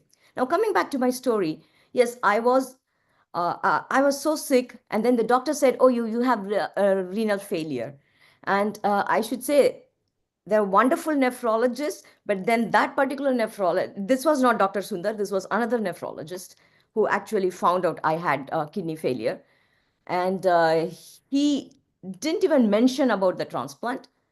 He just told my dad, "Oh, you have 2 more daughters. Don't worry. This is a chronic kidney disease. It will take its course, and that's fine. You still have 2 more daughters." Not really a good bedside manner for a doctor. But that said, my dad, he's my hero. He went everywhere and he said, "Okay, I have to find the best nephrologist in town." And he went and found Dr. Sundar. This was again in 1997, and we found Dr. Sundar and his whole team. They had done few transplants by then. They used to be called the Karnataka Transplant Institute, I guess. And so then I should say, once I discussed with him the whole disease, I am an engineer, by the way, and I had just started my career. I was 22 years old when I was diagnosed with kidney failure. And so we followed the renal diet after that, which is not an easy diet to follow, by the way. So you really don't want to get there. And after following the renal diet, and a year later, I'm very, very fortunate that my mother decided to donate one of her kidneys to me. Thanks for that unconditional love, which only a mother can give. I got my kidney transplant done a year later with Dr. Sundar and his team at that transplant institute. And my mother till today is here. She is 81 years old, and she still has one kidney for the past 27 years too. I have her kidney, and she is still going strong. Her kidney is still functioning fine. No other issues other than the regular minor metabolic issues that she has. She's doing very good too. And so for me, now coming back to my story, I had my transplant when I was 23 years old, and then I got married. I moved to the United States. Now, when you have kidney transplant, we all know our immunity does go down. You are on quite a few immunosuppressants. The key here is to be aware of your immunosuppressants. We spoke about diet. Yes, we need to keep a moderate diet, as Dr. Atul and others mentioned. Don't overdo anything. Don't follow fad diets. And be careful when you go out that you are not eating in a buffet with a lot of salad just sitting out there. So these are some minor things that one has to look out to protect one's kidney. And that's something I do till today. I know we all wore masks during COVID, and but till today, after COVID, I use that as an excuse. I wear my mask whenever I go out to any crowded places. So these are some small things that I follow from then on. So I was going fine with my kidney transplant. When 7 years after my kidney transplant, I found blood in my urine one day. And I went to the doctor, my nephrologist, who was in US, I had switched to after moving to the United States. And then we found out we did some scans and we found out I had cancer in the ureter of one of my native kidneys. So as if you don't know, or most of you will know, that you ideally don't remove the kidneys when you go through a transplant, unless it is infected or some other disease, of course. But most often it is left intact inside, and they put a transplant kidney. So in one of my native kidneys, I had cancer in the ureter of that kidney. That was a bummer. So I went through a massive surgery because the ureter was going right under my transplanted kidney, sitting on top of it, and it was connected to the bladder. So I had some wonderful surgeons. Again, as I said, I owe my life to all the doctors here and science. And so he did the surgery, removed my whole kidney, but my transplanted kidney was still going strong. I call her Betsy, by the way. My kidney is called Betsy. And so after removing the kidney, I went through chemotherapy, the whole treatment. And then 7 years later, we found a tumor in my bladder. So that was my second cancer. During a regular follow-up, this goes back to, again, follow-ups. Because once you are a patient, especially a transplant patient, you have to follow up regularly with your transplant team. And in my case, after cancer, I had to follow up with my urologist and my oncologist every few months with various scans when we found my bladder cancer. And after doing a lot of research, what I found was when I was ingesting a herb when I was young. When I say young, I mean when I think I started as a 6-year-old, and I was taking that herb concoction till the day I was diagnosed with kidney failure, till the day when I walked into Dr. Sundar's office and I was asking him what could be the reason as to why I would have gotten kidney failure at this young age. And none of us knew. And he said, nobody knows, unfortunately, right now. But the only thing he said that I see that you are doing is you're taking a herbal concoction which you don't know what it has. So maybe it is good to stop it. And I was taking that herbal concoction for a condition called vitiligo, which is white patches all over your body, leukodema. And so I stopped that herbal concoction that day because it did cure my vitiligo, but I was still taking it as like a preventive measure. And when I was 22, I stopped taking that.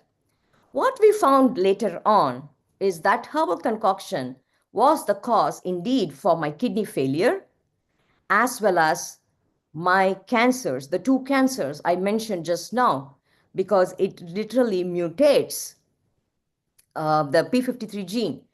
And so the cancer came in the same tract, the original kidney, where which had seen enough of that herbal medication, and my bladder as well. And I can share my speech on my book later with you, where it is all, I clearly talk about which herb causes that and which is used still today everywhere, especially in Chinese herbal medication as well as in Indian medication.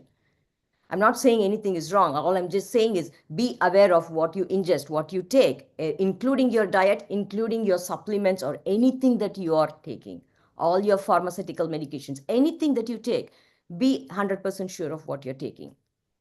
So we found out that was the cancer. And then my third cancer came a couple of years later, which was called angiosarcoma in my liver. I still don't know the cause. Maybe the herb, maybe because my immunity was suppressed. It's a very, very, very rare cancer. And that was 10 years back. I'm in remission right now. My kidney, my Betsy, saw quite a few of those chemotherapy treatments, which was, in fact, the doctors took care of me. They made sure the kidney doesn't get affected too much during all my treatments. And it is still going strong to some extent. Yes, I do try to make sure my water intake is just enough, moderate enough for me. No hot or cold water, as Dr. Sundar mentioned. I don't think that makes any difference. And at the same time, make sure my diet is good, have a healthy diet. I think because the cancer came, the cancer struck me, I was diagnosed with cancer. I really paid a lot of attention to my diet. I cut down my salt, I cut down my sugar, I cut down all processed foods. I made sure I take only food that I cook, healthy diet. I follow moderate enough where nothing is overdone. And I think that also helped my kidney to survive this long, because it helped my being in remission as well as my kidney as well. And that is, in short, my story, which I would like to share with you all. And uh, and this book, which I wrote, which I said my race against death, because it literally was and still is a race against death. Especially once you get cancer, it is like, is it who finds who first, right? Making sure that because early detection is indeed almost a cure for cancer, if you ask me. And same goes for kidney disease. Early detection is key. So we need to be aware of our body.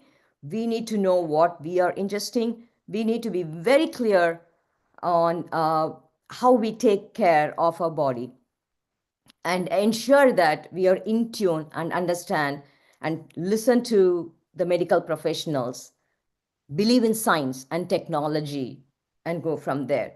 There are, instead of blindly following something or some fad diets or something like that. So I advise self-advocacy for everyone, and that is my thing. You have to be your own advocate. Make sure you know what you're doing. Only you can look after yourself, not someone else. Thank you, Mr. Regis. Thank you for wow, you've gone through a remarkable, obviously, journey, but also a kind of a challenging as well through the kidney disease and also then the cancer. So you're a brave woman, and thank you for sharing what you shared today. And obviously you've got your mentor as well. You know, he's a mentor now, not just your ex-nephrologist, but probably a mentor as well. So I'm going to bring Dr. Sundar to just kind of see how, obviously, when you reconnected, what was that in terms of, obviously, many years ago, and then you find a patient who's said, you were the man who changed my life or helped me. So what was that experience really? It is like, when I saw Shobha connected. In fact, I think that is thanks to social media. I think that made the difference. So I was active on Facebook and the X and all that. So she connected me, found out where I am, and visited me with her book. And it is like seeing your daughter whom you have not seen for 30 years. So it was like that, seeing Shobha Rao with that. And just a few months ago, I attended her 50th birthday. So that was a great moment. And I keep saying that she's an inspiration, not just as a patient. And very few people actually talk about the disease. That's the problem we have. People don't want to say, I got a kidney failure, I got cancer, all that. They think they want to keep it secret. I mean, I won't blame that. It is their choice. But I admire people who talk about it to help other people. Because looking at a Shobha Rao or a Professor Yaviki, or it makes other people confident. They know, okay, I can face the problem and I can deal with life. That's important. So thank you, Shobha, for being in my life. God bless you. And I'm sure 50 more years to you. I'll come to your 100th birthday, because I'll be 120 at that time. Thank you. Amritaji, Amazing. What was your take? Yeah. Yes, Kirit bhai. Amazing, Shobha. That's very wonderful, in fact. And this also throws one very important light on a particular aspect of what is happening in today's time, is that ever since COVID has come, people have relied blindly on herbal medicine. I myself, being an Ayurveda physician and practitioner, recommend people to be very sensible for the use of herbs. They are not just herbs that anybody can take anytime for any money, any years, in any prescribed dose. There are a lot of indications and contraindications for anything, and excess of everything is bad. Even excess of prana is bad. I've seen people dying due to pranayama. What to say about that? And then when the social media hits up with so many herbs doing and applying and using as cosmetics, in fact, in in our curriculum, I recommend my students to be very cautious and to also give guidance to other people in general of the wise use of the things rather than just blindly copying some media things and putting on that, and bring out the relevant evidences in relation to the research for everything, because that's very, very important. If something can cure, the excess of that can be very damaging to a devastating extent. You yourself have seen. And no doubt, there has been a lot of potential for other medicines to work on it, but then a sensible use of, in fact, see, everything is medicine. The diet is medicine, and that as a medicine, and they are the herbs. You're taking spinach, you're taking tomatoes, you're taking brinjal, you're taking uh, uh, any herb or any plant. It's also a herb and a medicine. How do you use, in what amount, in what way, makes a very, very big difference. And it's really commendable on your part. God bless you. And keep living with the spirit the way you are living, because that's very important, I think. Yes. Yes, Dr. Sundar. I think, Amrita, I admire you for bringing this topic of Ayurveda. As an allopathic physician, all of us are doing a healing business. In fact, Ayurvedic science is ancient science. It's much older than any other science. That's also a science. I think done with the scientific temper, it makes a difference. I think one of the things which you must understand is the fairness cream, which we are talking a lot of. In fact, we are seeing that many of the so-called fair and lovely think people want to become fair, and that has mercury in it. And I'm seeing mercury-induced kidney damage, membranous nephropathy, and Yes. quite a few papers are coming up on that. So you've got to be very careful. Many of these creams, even though it's a superficial cream, it can damage the kidney. So you must be aware of that. Thank you. Definitely, a very, very, very beautiful point. This is one of the very key things, in fact, which we had been also talking about, because the application, people think taking intake orally will be damaging kidney, but they are least concerned with the things that applying cosmetic on the skin, on the face, on the hair. In fact, with the hair dyes also, there have been so We have many kidney failure, I reports know. of kidney I failures. have quite a few kidney failure with hair days. I agree with you. Yep. So Cancer this, too. yes, yes, this can be so devastating. People hardly realize that. I think Dr. Rajiv has a comment on that, and we also have Dr. Rajan Patankarji. Kindly unmute yourself, Dr. Rajiv, if you have a comment or so. Over to you. Thank you. Thank you. I think that is good point. And being a medical practitioner from Western medicine or allopathy for 30 years, practicing in UK, but also spending almost 16, 18 years studying Ayurveda and Tai Chi, Qigong, herbal medicine, and other various. I know that the most important aspect is indiscriminate use of these products without knowing what it is. And Shubha has very generously demonstrated. And therefore, it's important that people of all uh, branches should know other aspects. Problem is that, and that's why we created this integrated health. And we have designed the whole program now so that people of each specialty know what is in it in the other specialties. For example, Ayurveda, what is in these herbs and how does it affect? It's good to know. As a patient, you don't know what is in it. And it is so difficult that if you don't know, your practitioner has advised you and you have taken that, the long term effect and the damage, and in this case, cancer, could have costed life. It is therefore important that we understand what is the implication and also popularize what is useful. And I know again there are so many things which are known to cause the irreparable damage to the organs, which include the kidney and also damage to the pancreas and other organs. And I wouldn't want to mention all of those, but the message I would be keen to pass on is that consult a qualified medical practitioners before you take it. There is no harm taking these things. Taking all different type of herbs is probably useful, but always consult a qualified medical practitioner before you take it. The only difficulty that we have is a lot of medical practitioners do not know the benefits of the other disciplines. And therefore, there's a dilemma. And commonly, if you go to allopathic practice, this is stop all herbals or Ayurveda or any other branches. If you go to Ayurveda, it says stop allopathy. Go to homeopathy, they will definitely say stop allopathy. All this is where patient get confused.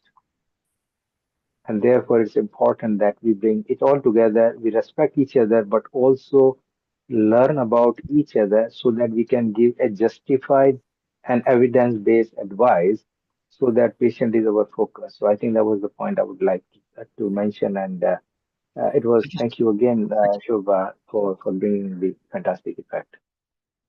Thank you, Rajiv. Kirit, I think, Amrita, it's time to let people know about our future episode just quickly. And then we carry on chit-chatting. A lot of people wants to know on social media about how to know about kidney failures or possibilities. Here are some of the future episodes at Healing Our Earth. You can all join. Next week is Vegan and Vegetarian Kitchen, where our experts will come and share some ideas with you. What kind of food can be done? Chit chat on Ayurveda kitchen, chit chat on sleep and diet on there. We'll start with Thailand, then go to Philippines, go to India. We visit at Healing Our Earth. We cover most of the continents so that we get balanced views. Week after that, we are bringing Mahakumbh Mela, post Mahakumbh Mela. This is the one of the world's, in fact, it was classified as the world's biggest event ever. So we'll be focusing on how some of our healing team who actually visited there, and also one of the organizers of Mahakumbh Mela will be, Shantanu will be also appearing. So you want to know more about Mahakumbh Mela, then following week is the place. Week after that, Ram Navami. So Ram Navami will be celebrated here at Healing Our Earth. It's a very popular episode. We get so many different countries watching on there. And a week after that is 1 week and 5 years when we started during pandemic to bring love, unity, and free education on the earth. So you can come, you can sing, you can chant, you can deliver a message. If you've been part of Healing Our Earth, how healing have made difference to you. If you feel good on Healing Our Earth, just come and deliver your message. And then the following week on 20th of April, will be another edition of Yoga and Meditation. You can watch all these future episodes on healingourearth.com. Over to you, Kirit. Let's carry on. And we've also got our Ayurveda expert here, Vaidirajan Patankar from Mumbai. Since we were mentioning a bit about Ayurveda as well, maybe he can give a comment or two as well before we move on. So please unmute yourself, Rajanji, and your comments so far. Hello, global namaste to all. And as I mentioned in the comments, that and as said by Rajivji also, we must know the strength and weakness of each science, because all the science are definitely useful for the human being.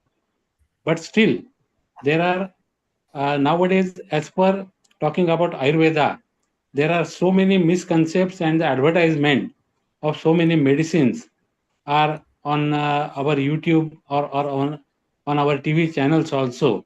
They are misleading or misguiding the people.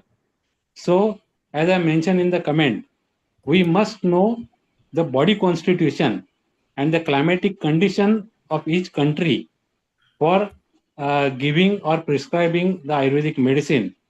That is, in my opinion, utmost important, because as per Ayurveda, Ati Sarvatra Varjayat, when we take anything like water, food, anything in excess quantity, that is definitely harmful for you. So, as per Ayurveda, if you follow daily and seasonal regime, it will definitely help you to maintain your body and maintain your health. Thank you. Thank you very much.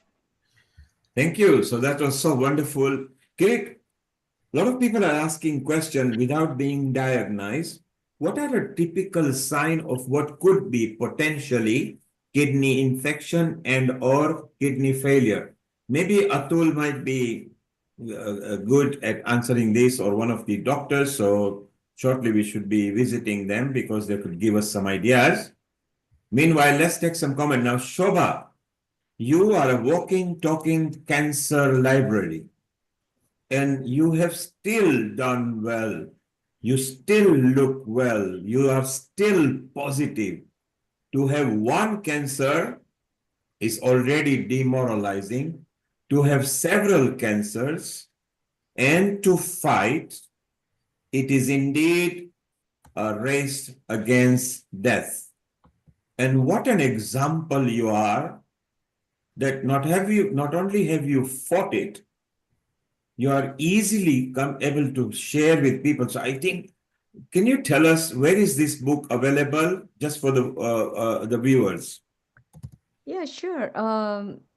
It's available in Amazon in the US, and I'm assuming it should be available in UK Amazon. Yeah, it is available in UK If it's on Amazon. Amazon, it's available worldwide because It's worldwide, available now. and India, and I've released for the I've used an Indian publisher for India, so that it's available at a different rate in India, and it's available in Indian Amazon too. So you should be able to find it in Amazon easily.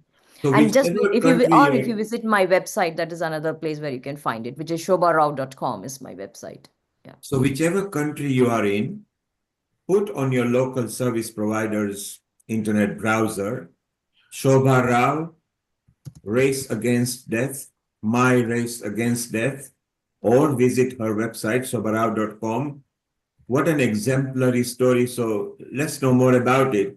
Amrita, Anjali, you listened to her, and Amrita, you listened to her. You made a comment.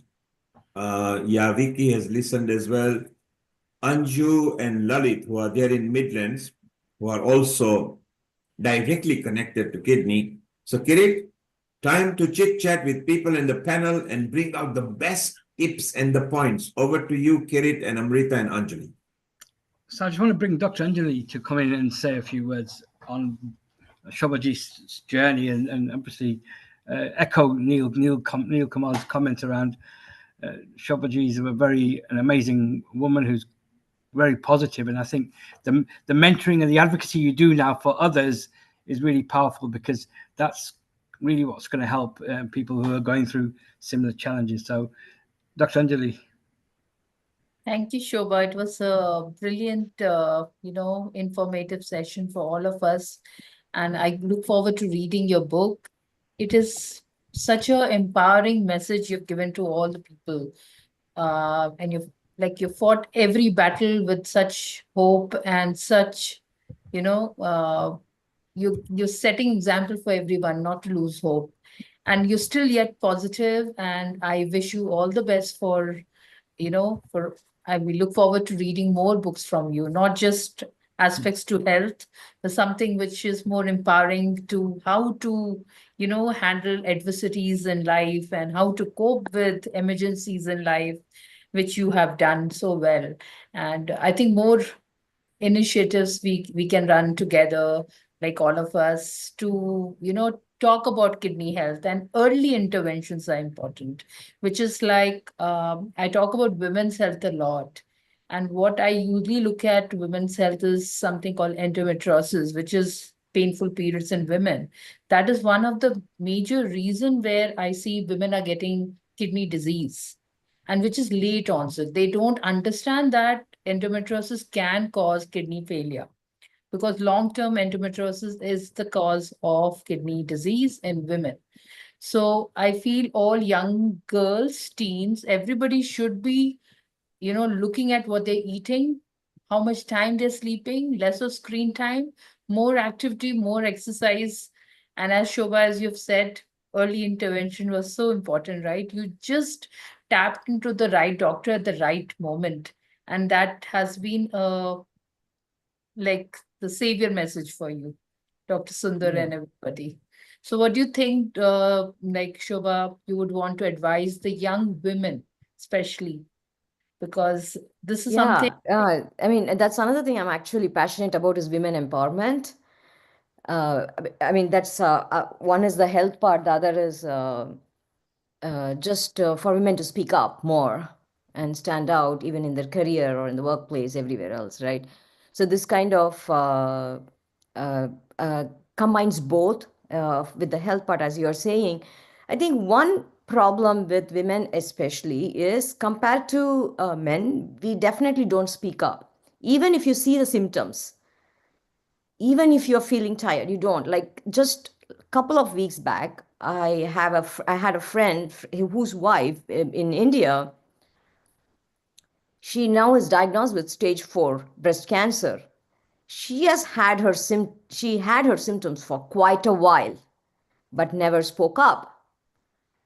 For various reasons, right? One is just wondering, oh, how will the family take it? And second is what the fear of it being something very disastrous where you cannot handle it. How will the family take it again? So women, especially with the cultural, in an Asian culture, the way we are brought up and the subtle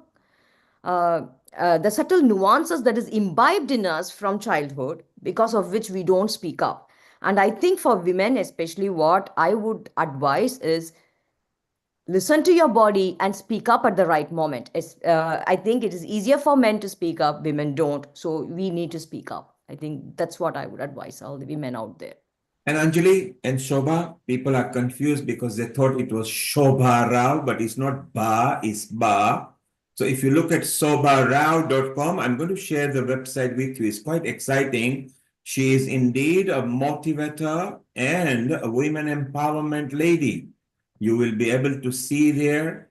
And this is what Shobha and not Ba does. And look at the empowering audience through engaging, through discussion, requested keynote speaker, take control, unlock your opportunity, and various other facets that she trains people. So SHOBARAO.com, and you will see what an inspiring lady Shobha is. So Anjali, very good question. And you also gave a tip that kidney failure is not directly from kidney. Amrita said it could be from external products. You said it could be other places where you can catch it from. And this is what people want to know, because they might just by default end up having kidney problems, not knowing that what they are consuming or using is actually causing that over there. Kirit, Anju and Lalit are still here from Midlands. And let's continue that story, and then we'll go to Shobha with a question, and Wiki and Amrita. Let's give more tips to people. Effectively, do not panic. There is a lot of advance in kidney treatment, kidney transplant, depending which country you are from, and you've got a good chance of surviving if you care for yourself. Kirit, over to you. Thank you. Yeah, so I think Shobhaji, the thing that we're doing in the UK and particularly in Leicester is around cancer and early diagnosis and detection. And again, we've got some amazing women and men who have gone through their cancer journey who are now actually feeling confident to go and speak out and raise awareness in the community, so we don't get late dying, end stage, but it's too late. So I think the work you're doing is amazing, and also getting people to help voice this is what we're doing through our community connectors, which is amazing. So Lalibai and Anjuben, I'm going to give you I cut you short before. I just wanted to let you continue, and just Anjuben, I just wanted to ask you, from hearing Shobhaji's story, and obviously her way she's overcome them. Obviously, you've been with Lullaby by his side through your donating a kidney to Lullaby. So you've gone through a lot of challenges as well. So I'm going to let you just share some of your thoughts and also your journey with Lullaby as well. Yeah, like Lalit was saying, when did we get started? We were trained for home dialysis that we did for about 6 years, and then he got a first transplant. That was about 40 years back. and all the responsibilities of the in life were all done by then. And then he started kidney failure again about 16 years back. And at that time, when we went to the doctors, he said there is no good time to give you bad news, but your kidneys are failing, so you have to decide what you want to do. So ultimately, we decided that I would like to get myself tested if I can donate. Lalit was very reluctant to agree to that, but ultimately he did. And the good thing was the hospital was so good at doing all the tests and making sure that everything will go as planned for the surgery and afterwards. So they did the test and they repeated it just the day earlier than the day before the surgery. And that gave me quite a lot of confidence that everything's going to be fine. And staff there, doctors, everybody was so good. And 15 years down the line, everything is fine for us.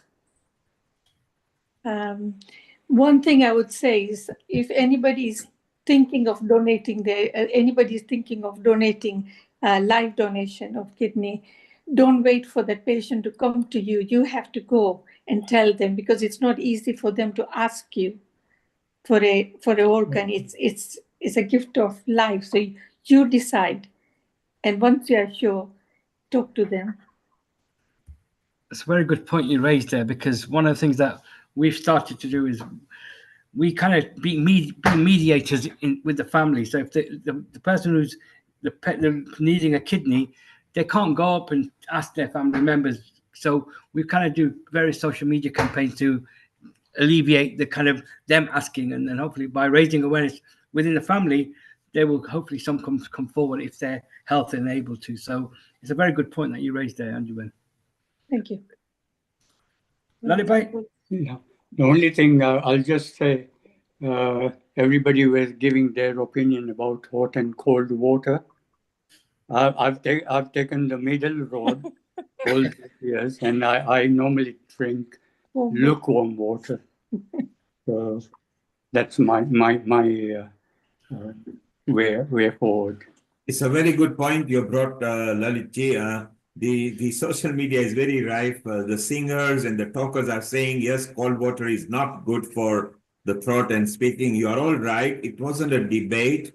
It was just a pure advice that ice cold water is not good for your body. Whatever the doctors or the surgeons say, it has got a lot of drawbacks. There is no specific study, but yes, you're right. Warm water could be very good. If you are an athlete and you've just done a marathon or something, the cold water will help you. But don't take ice cold water. Don't trust ice in it. There is no profit study or no study. But you are very right. It was just a point that because everybody wanted to know. Yes, let's have more discussion. Anjali, Amrita, let's bring out more points. Vicky, Vicky, okay.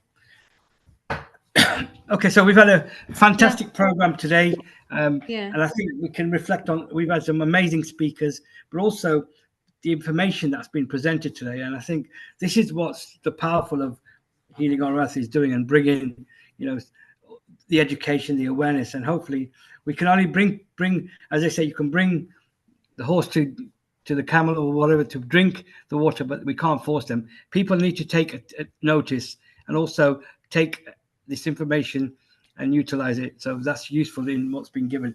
And again, it'll be on the YouTube channel going forward as well. So, yeah. Kirit bhai, I want to just make a comment before we work up further on other things, because we are talking about the water.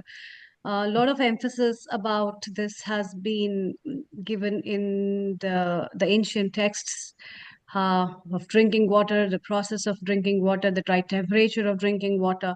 And when we see this, because of the technology, we are now with the ice cold water. But otherwise, earlier, people used to cool the water, and it was a natural coolant because it used to come from natural sources. And that natural source itself, nature had a preserved the temperature the way it was in the environment, and that serves the best, because the concept of Agni Sanrakshan in Ayurveda and the digestive fire, as well as the balance of the digestive fire, depends upon the temperature of the water, which also has its role in its own metabolism of digesting the food. And then in that way, the osmotic balance or the metabolic changes that takes place from a particular thing that we are taking, or that digestion of the body itself. A lot of studies have claimed. So if we are taking ice cold water, first of all, I've seen in the countries where people have a trend of drinking ice cold water. When you drink ice cold water, the amount of water that you drink is very less, first of all, is this. Secondly, the thing is that when you're drinking the ice cold water, the temperature of that is not suitable enough, that does not align with the gut microbiome, and therefore at that temperature, survival of many microbacteria in that way is not there. And the same concept is being talked in the ancient texts about the Agni, and that Agni, where we talk about the digestive fire, is being preserved by the right temperature of the water that you're consuming. And that makes a very big difference. Everybody has its own body and its own way of living, but then in that case, certain norms to be followed in that. It has nothing to do with kidney process of diseases, but then the intake of the water might change because of that, and the preferences in which you're taking. And second, very important thing, water is water. No liquid can substitute it. The coming trend of people having cold drinks and substituting in many places, and sorry to say, but very big market companies with their foods are serving the cold drinks with the food, which is not a right option, because it can never substitute the water. Yes. In fact, if I have to go to take my kids, I have to take a water bottle with them, because virtually they don't need cold drinks. They need water as a thing. Plants need water. They don't need cold drinks. They die. And so water at right amount, in right way, to be taken in different forms is very, very essential. That's what I have to add. Thank you, Amrita. And you are very right. In many countries, the water is brought to boiling point, then put in what we call the water matki, which is where you can actually drink it from. And that at a cool room temperature is perfectly fine if you need to. So this is not a debate about water, but it's just everybody's choice. Dr. Weiner, who was one of the study guys, has said that there is no scientific data that he can provide, but he does say that apart from athletes or very, very few other professions, a warmer or generally room temperature water is more suitable for the body overall. I want to go to Lalit here. Yeah, sure. I heard maybe Anjuji was saying that, is it 40 years back that you had your transplant? Yeah, it's 40 years. So you are a living example Yeah. that you can survive much longer. So how old were you then? My transplant took place in 1979 when I was 28. 79, you were 28, so over 40. So you are now 60. You are soon going to celebrate your 70th birthday, is that right? Past my 70th. You're past 70, so it's more than 40 years, in which case. Isn't it amazing that you still look positive, you look young? Yeah. And Yeah, for this many years. I take great care in my diet and my fluid intake, everything. You know, What is your special tip for your diet? One thing I would say here in UK, because of the weather, cold weather, generally is the case, people don't feel thirsty. And we don't, like in India or in Africa, we used to be thirsty, and we sometimes we used to look for water. Here, because we don't feel thirsty, I normally drink water at specific times, whether I'm thirsty or not. I make sure I drink 1 liter or whatever target you have for the day. I make sure I drink about that water. And I've got specific times that I drink water. So that's very good. Look, here is a living example for over 40 years with kidney kidney ailments, and he is surviving, he is positive, he does like water, even if he's not particularly thirsty, he makes sure that he has at least 1.5 liters. So that's good. Because What? the weather doesn't make you thirsty that much. Yes, Amrita is very clear. Said if you are in a tropical country or if you are in a European Western world where maybe temperatures never go above 30, then of course consumption of water would be different because the sweating level is different, your salt in the body is different, and that's fine because your body is designed to give you the signal. What other tips can you give, Lalitji, to the people, because you've got a record of 40 years with living with kidney? I think one needs to be very careful with the diet. Diet is the main thing for all the illnesses that we hear these days. And if one is careful with the diet, I think you can avoid a lot of illnesses. And you can manage whatever the problem is. Like, for example, most of the kidney transplant patients are either pre-diabetic or diabetics. And one of the reasons is because they are on steroids. Like myself, I had been on steroid since 79. And I am recently I've been diagnosed as pre-diabetic. But the only way I'm trying to manage it with my diet. And one of the things last 3 years, what I've done is I've cut off sugar altogether. So you cut off sugar and only what comes in a natural food, is that right? Yeah, I cut off added sugar. Yeah. So for those who are listening, you don't have to wait to become 70 or 40 or 60 and diabetic. Just don't add sugar on top of the things, because every food you eat has some sort of sugar in it.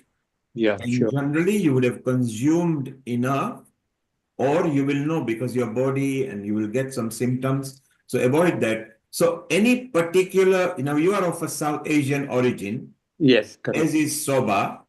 Yes. And Yawiki is of an African origin. So let's go for a different diet. Any particular diet that makes you feel good and doesn't give you illness? Any food that you remember? So the South Asian people, presumably you are Gujarati, are you? I'm Gujarati, yeah. I'm Gujarati. Okay, you are Gujarati, so there are a lot of Gujaratis world over. Yeah. So what is your favorite diet that generally helps you? My favorite would be millet. Millet, yes. Yeah.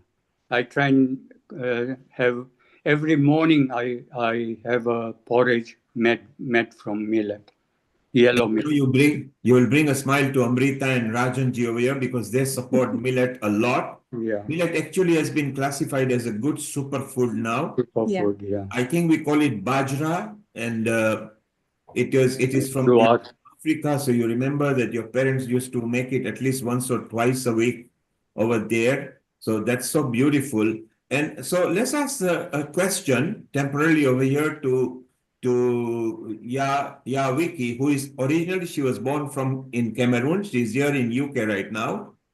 Wiki, any particular food that you take, any particular food that you think suits your body?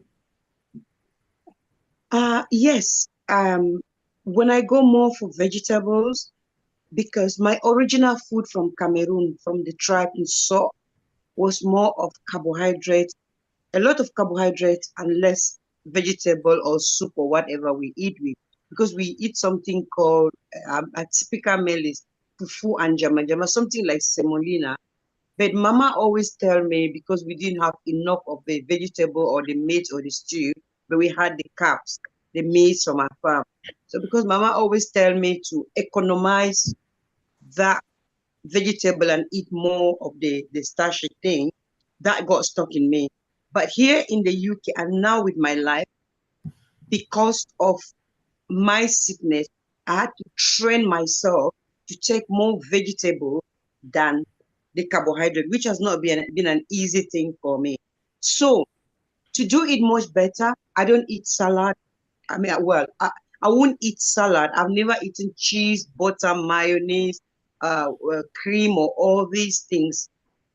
But I would take just lettuce, because for me, the salad side of things is just the lettuce or maybe a bit of grated carrot. And then I will save that, just fresh leaves with a slice of fish or chicken. And then to add a bit of carbohydrate, because I need carbs anyway, I'll probably boil a plantain, just maybe one plantain or half a plantain.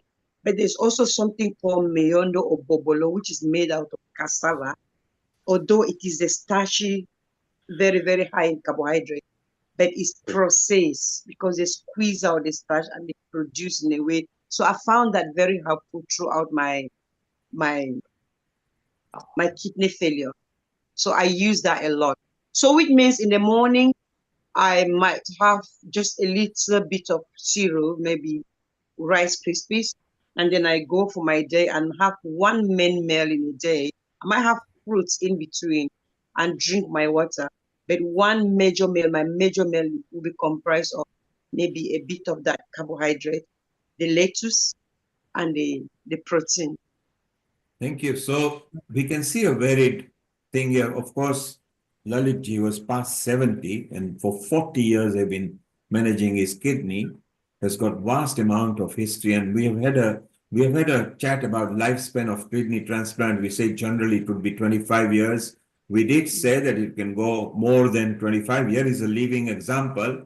Shobha, you are of course Indian origin or South Asian origin. Any particular, and you have had cancer, you've got kidney problems, you are also studying death, but you are bravely fighting it every day, and you are so strong that maybe the death is scared of you now. Maybe it's not, fight against the case, and it's a death saying running away case from Soba. So Soba, any tips from you? Uh, Going back to what Lalit and Ms. Yeah, Vicky Vicky. said, um, my diet, what I have been following for the past 25 years or so, is mostly home-based food, home-cooked food, and I'm a vegetarian, so it makes it easy for me. I do take, I would say, somewhere between 7 to 8 servings of vegetables per day at least, and more vegetables than fruits, and less carbohydrates. But whatever I intake, I make it sure it's moderate. So when I take food, whether be it breakfast or lunch or dinner, my brain automatically calculates, oh, the carbo, like, that's a standard diet nowadays, which is advised. Like if you have half a plate of veggies and then put 1/4 carb on 1/4 protein. So that's kind of what I'd like to follow. And I'm a South Indian, so I do cook a lot of South Indian food at home. And it helps that the way Indian cooking is kind of integrated with all the spices that we use, and a lot of garlic, onion, ginger, and key vegetables that I use are broccoli, which is very good, which is a lot of cruciferous vegetables, which are both anti-carcinogenic as well, and as well as helps with various other functions too. So make sure that you're eating a healthy diet, not too much of processed food, not too much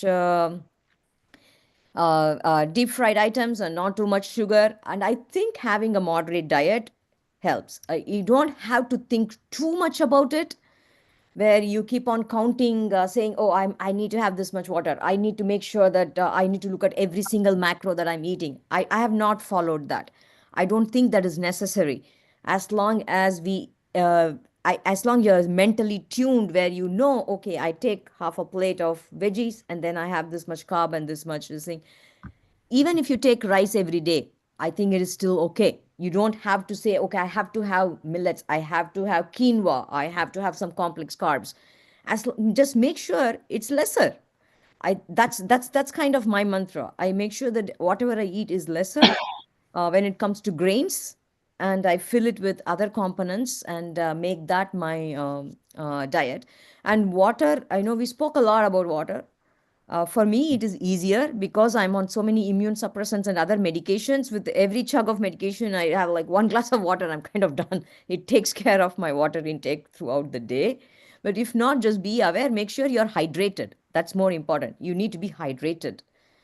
There is a being moderate is the key, in my opinion. I think that's what I follow. So there are three different kind of diets here, but all pointing to the same place. Try to be healthier. Don't be too conscious. Just use your normal common sense. Soba says half veggies, then the rest you can be slightly naughty. Even if you want rice, then take a lesser portion. Don't cut it out because then you will deprive and you won't feel good. So yes, have a bit of that. And Lalit says that, millet is the way he loves it. And millet is classified as quite good food now, right now. That's very good. Wiki from Africa has had her explanation of her diet as well. So look, if you feel you are suffering from kidney or something, there is a light at the end of the tunnel. You can live well beyond 40 years after your transplant, okay, and or treatments and everything. Here is a live example from Lalit, who is there in Midlands, who has been supported by Anju, which is so good. So I think it's a perfect time to tell people, don't panic. There is definitely light at the end of the tunnel. Love your kidney, care for your kidney. It would help you. Consume water when you are thirsty. That is fine. So let's now start winding up. We go for a minute statement from everybody over here, and then Amrita, you can thank everybody. Number one, let's thank Kirit Misty once again, our episode producer for the health episodes. Kirit, well done. Thank you. He works tirelessly. Kirit is also a founder of SAHA, South Asian Health Action Group, that actually vociferously and directly promotes health action in the South Asian community specifically, because there is a need for that, and he has done very well for several years now. And Kirit, what is your closing statement? My closing statement is really that we've got to keep connected and we've got to find the networks to help us educate ourselves, and that peer support is very important. So if anyone's going through any challenges, you can't suffer in silence. You've got to reach out and talk about it. So that's reach out and get your peer groups to support you, and you support them as well. Simple. Here it says, don't suffer in silence.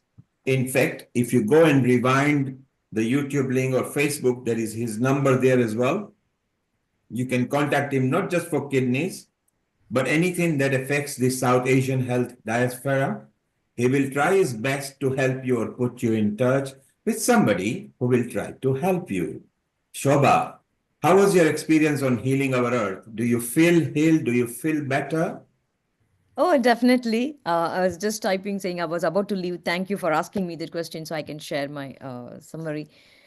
This was a wonderful session. I am part of other support groups here. In fact, I'm part of a Toastmasters club, which is called a Kidney Stories Toastmasters Club, where we are, in fact, this is being Kidney Month. We are having another next weekend. We do have a transplant summit where we are going to be talking about do's and don'ts before and after transplant with a lot of recipients, doctors, etc. So I'm very glad of to note any initiative that is able to help serve the community, serve the kidney community as well as any community.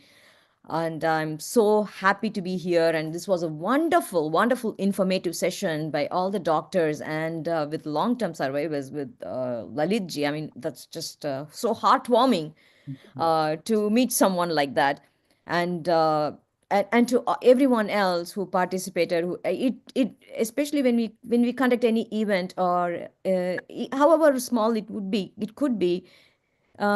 It takes a village. A lot of people contribute to it. So thank you, all of you who made this possible today, and thanks for having me here. I'm so happy to have shared my story with you all, and hope to contribute more in the future episodes. Feel free. Let's interact more, Mr. Kriji, and I hope to see you all later. Thank you. Shobha, number one, the death is now running away from you. Yes, thank you. Two, the earth bless you. Number three, Amrita and Anjali will be in touch with you for different episodes and women's episode and women empowerment at Healing Our Earth. Yes. Number four, since you are from South Asia and you love what you do in a cooking, so in next week's in a kitchen episode, Shivani Golapoli, who is from South India, will be using one batter, many recipes. So she's going to take the idli batter and say how we can do more recipes with that. So that's next week on the kitchen episode at Healing Our Earth. Earth bless you. Thank you very much. And you are part of Healing Family now, and Kirit will be in touch with you. Thank you. Bye, everyone. Thank you. So that was Shobha, and her website is very simple. Shobha Rao, not Shobha, Shobha Rao. So it's very simple. You can just see that. Dr. Lakshmi Vyas, you were here at the tail end of the program. Did you learn anything, and do you feel good that, yes, there is a light at the end of the tunnel for the kidney sufferers? Yes. Kidney problems are a little difficult to solve easily. Of course, if they follow a good diet and drink a lot of water and easily digestible food if they consume, I think there is a way out for them. So, for example, in my case, we use a lot of fermented food like idli, dosa, and different grains also we use for making dosa, etc. And this helps a lot. So our basic food is rice and vegetables. A lot of vegetables we eat, and at the same time, we were also talking about water. So I always drink tap water. I don't boil the water or anything at any point of time in my life. Always, even in Mumbai, I used to drink straight from the tap. So tap water, maybe it is good, bad, whatever, but it is better than anything else. With the boiled water, and then you drain it, etc., etc. It's very cumbersome. At the same time, it's not going to give you any more benefit than plain water. So I drink a lot of water, and it's always from the tap. So this is very important for me. So, and even if I'm traveling or anything, I don't carry a bottle or something. I drink water, whatever is available. So this is the way I have managed to travel as well as do everything. And I'm sure I don't get touch wood. Everything is okay.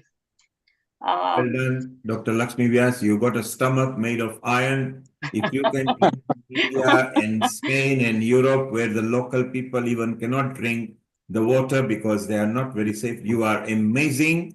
But, and we hope that you keep on remaining amazing like that. That's wonderful. Let's quickly go to Yaviki. Yaviki, this was your first episode at Healing Our Earth. Do you feel at home? And your final 1 minute closing statement. Yes, I'm really excited. I'm so grateful. I feel at home. And this year of my life, I said to myself, I have been so blessed. From where I'm coming to where I am, I feel so blessed. And that's why my strategy from now on is I am blessed to bless. So I call myself Professor Blessed to Bless, Professor B to B. And everything that has happened here today, I'm still like I'm dreaming. So I want to say thank you. And Shobha, you blew me up.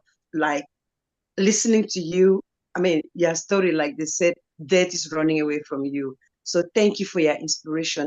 And to everybody, okay, I can't thank you enough. But finally, yes, I am available, and I've made babies and I've raised them.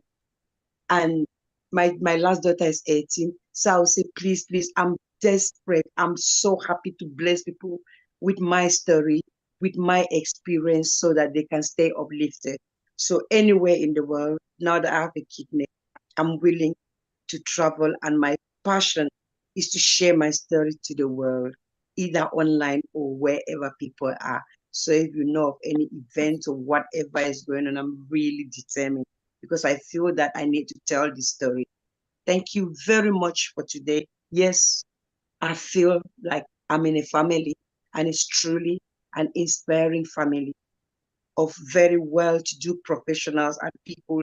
I mean, when you understand where I'm coming from, then you will understand that me sitting here to talk with you, people who know me will be like, how did she get there? God make things happen, and I'm so privileged. So I'm humbled. Thank Thank you. you. Thank you, Yaviki. Well done. And Earth bless you. You are part of the family. Kirit will put you in touch with Anjali and Amrita, who will be in touch with you as well. Lata, your 1 minute closing statement. You've been listening patiently. You learned anything about kidney and you feel good? Yeah, no, I feel very touched with the stories. Thank you very much, Kirit, for putting the show together. It was amazing.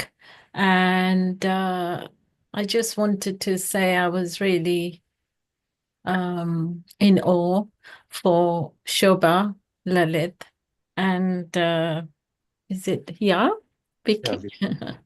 And it is truly amazing to these wonderful humans trying to survive. And I think, Vicky, you said it, that you felt the God was with you, the spiritual, you know, wanting to keep you alive for a reason, because you've got so much to share and give to other people who are suffering, other humans. So if you can elevate some of that, it's amazing. And Shoba as well, you know, it's so amazing. It's all about women empowerment as well, because, you know, that comes into play. But I think with Shoba, she's really got God's spirit on her as well. And it's so admirable that she can, you know, because she's got her mother's kidney as well, hasn't she? So that love of and the strength of her mother is keeping her going and alive to want to be resilient and yeah, be here, you know, like a living example to all of us. But Kirit, I think your wife has a major part to play. She has been your nurse, your mentor, your, you know, cook, your everything, making sure things go right for you, sacrificed her kidney for you. I think without her, how would you have managed? I just think she You mean is Lalit? Sorry, you mean Lalit? Yeah. Lalit's Yes, wife, she yeah. means Lalit. She means Lalit. Anju, yeah. Thank you. Thank you, Yeah. Lata. Thank I you for just your... want to congratulate you, Anju. You're very silent and I can hear it loud and clear. And it's coming through. Sorry? I said, thank you. No, I'm thank proud you. of what I did. And I think the family is not worried anymore because he's doing well. Thanks to you being behind him and being his pillar and support. Thank you, Lata. Thank you very much. And thank you, Lalit and Anju. Anjali, your 1 minute wind up comment, and then we go to Amrita and she can just wind up. Over to you, Anjali, in Hyderabad. Thank you, Kirit Bhai. It was very, very important session, very, very useful session for everybody. And yay, Vicky, you're awesome. And Lalit Anju ji, you are very, very, incredible stories from you. And we learn a lot about leading a healthy lifestyle. So eating millets is one mantra, which I think all my patients should also follow. And thank you, Shobha. I think Shobha's gone. So Shobha has been tremendously inspiring. Thank you so much, Shobha, for sharing your story with us. And thank you, Neilji. Thank you, Nishiji. Thank you, Lata. Thank you, Amrita. Lovely being here. Goodbye. Thank you. So that was Anjali, and now we conclude. We time to close up with you, Amrita. If you could just thank everybody and Kirit, well done once again. And maybe now the time to do the mental health episode and the diabetes, which are coming up. So watch out for the future episode. Just go to healingourEarth.com. You can see all the past episodes and the future coming events just on healingourEarth.com. Amrita, over to you if you could wind up. Thank you. Thank you, Neil Kumar. Today's episode, as always, these episodes that we bring through you, Kirit Bhai, are always very overwhelming and they're heart touching and they bring a lot of other feelings in everybody's hearts before we close, and also an inspiration for everyone to live and to follow up a right reason to live, actually. So abundance of thanks to you for producing this episode as well as bringing people, connecting each other for us. And thank you so much, Lal Goelji, who has been always there with us and is a part of the lead, and all the professors who have joined, the doctors. Thank you, Rajan sir. You have stayed for such a long time, and Anjali, especially you, staying such a long time overnight over here. Thank you so much.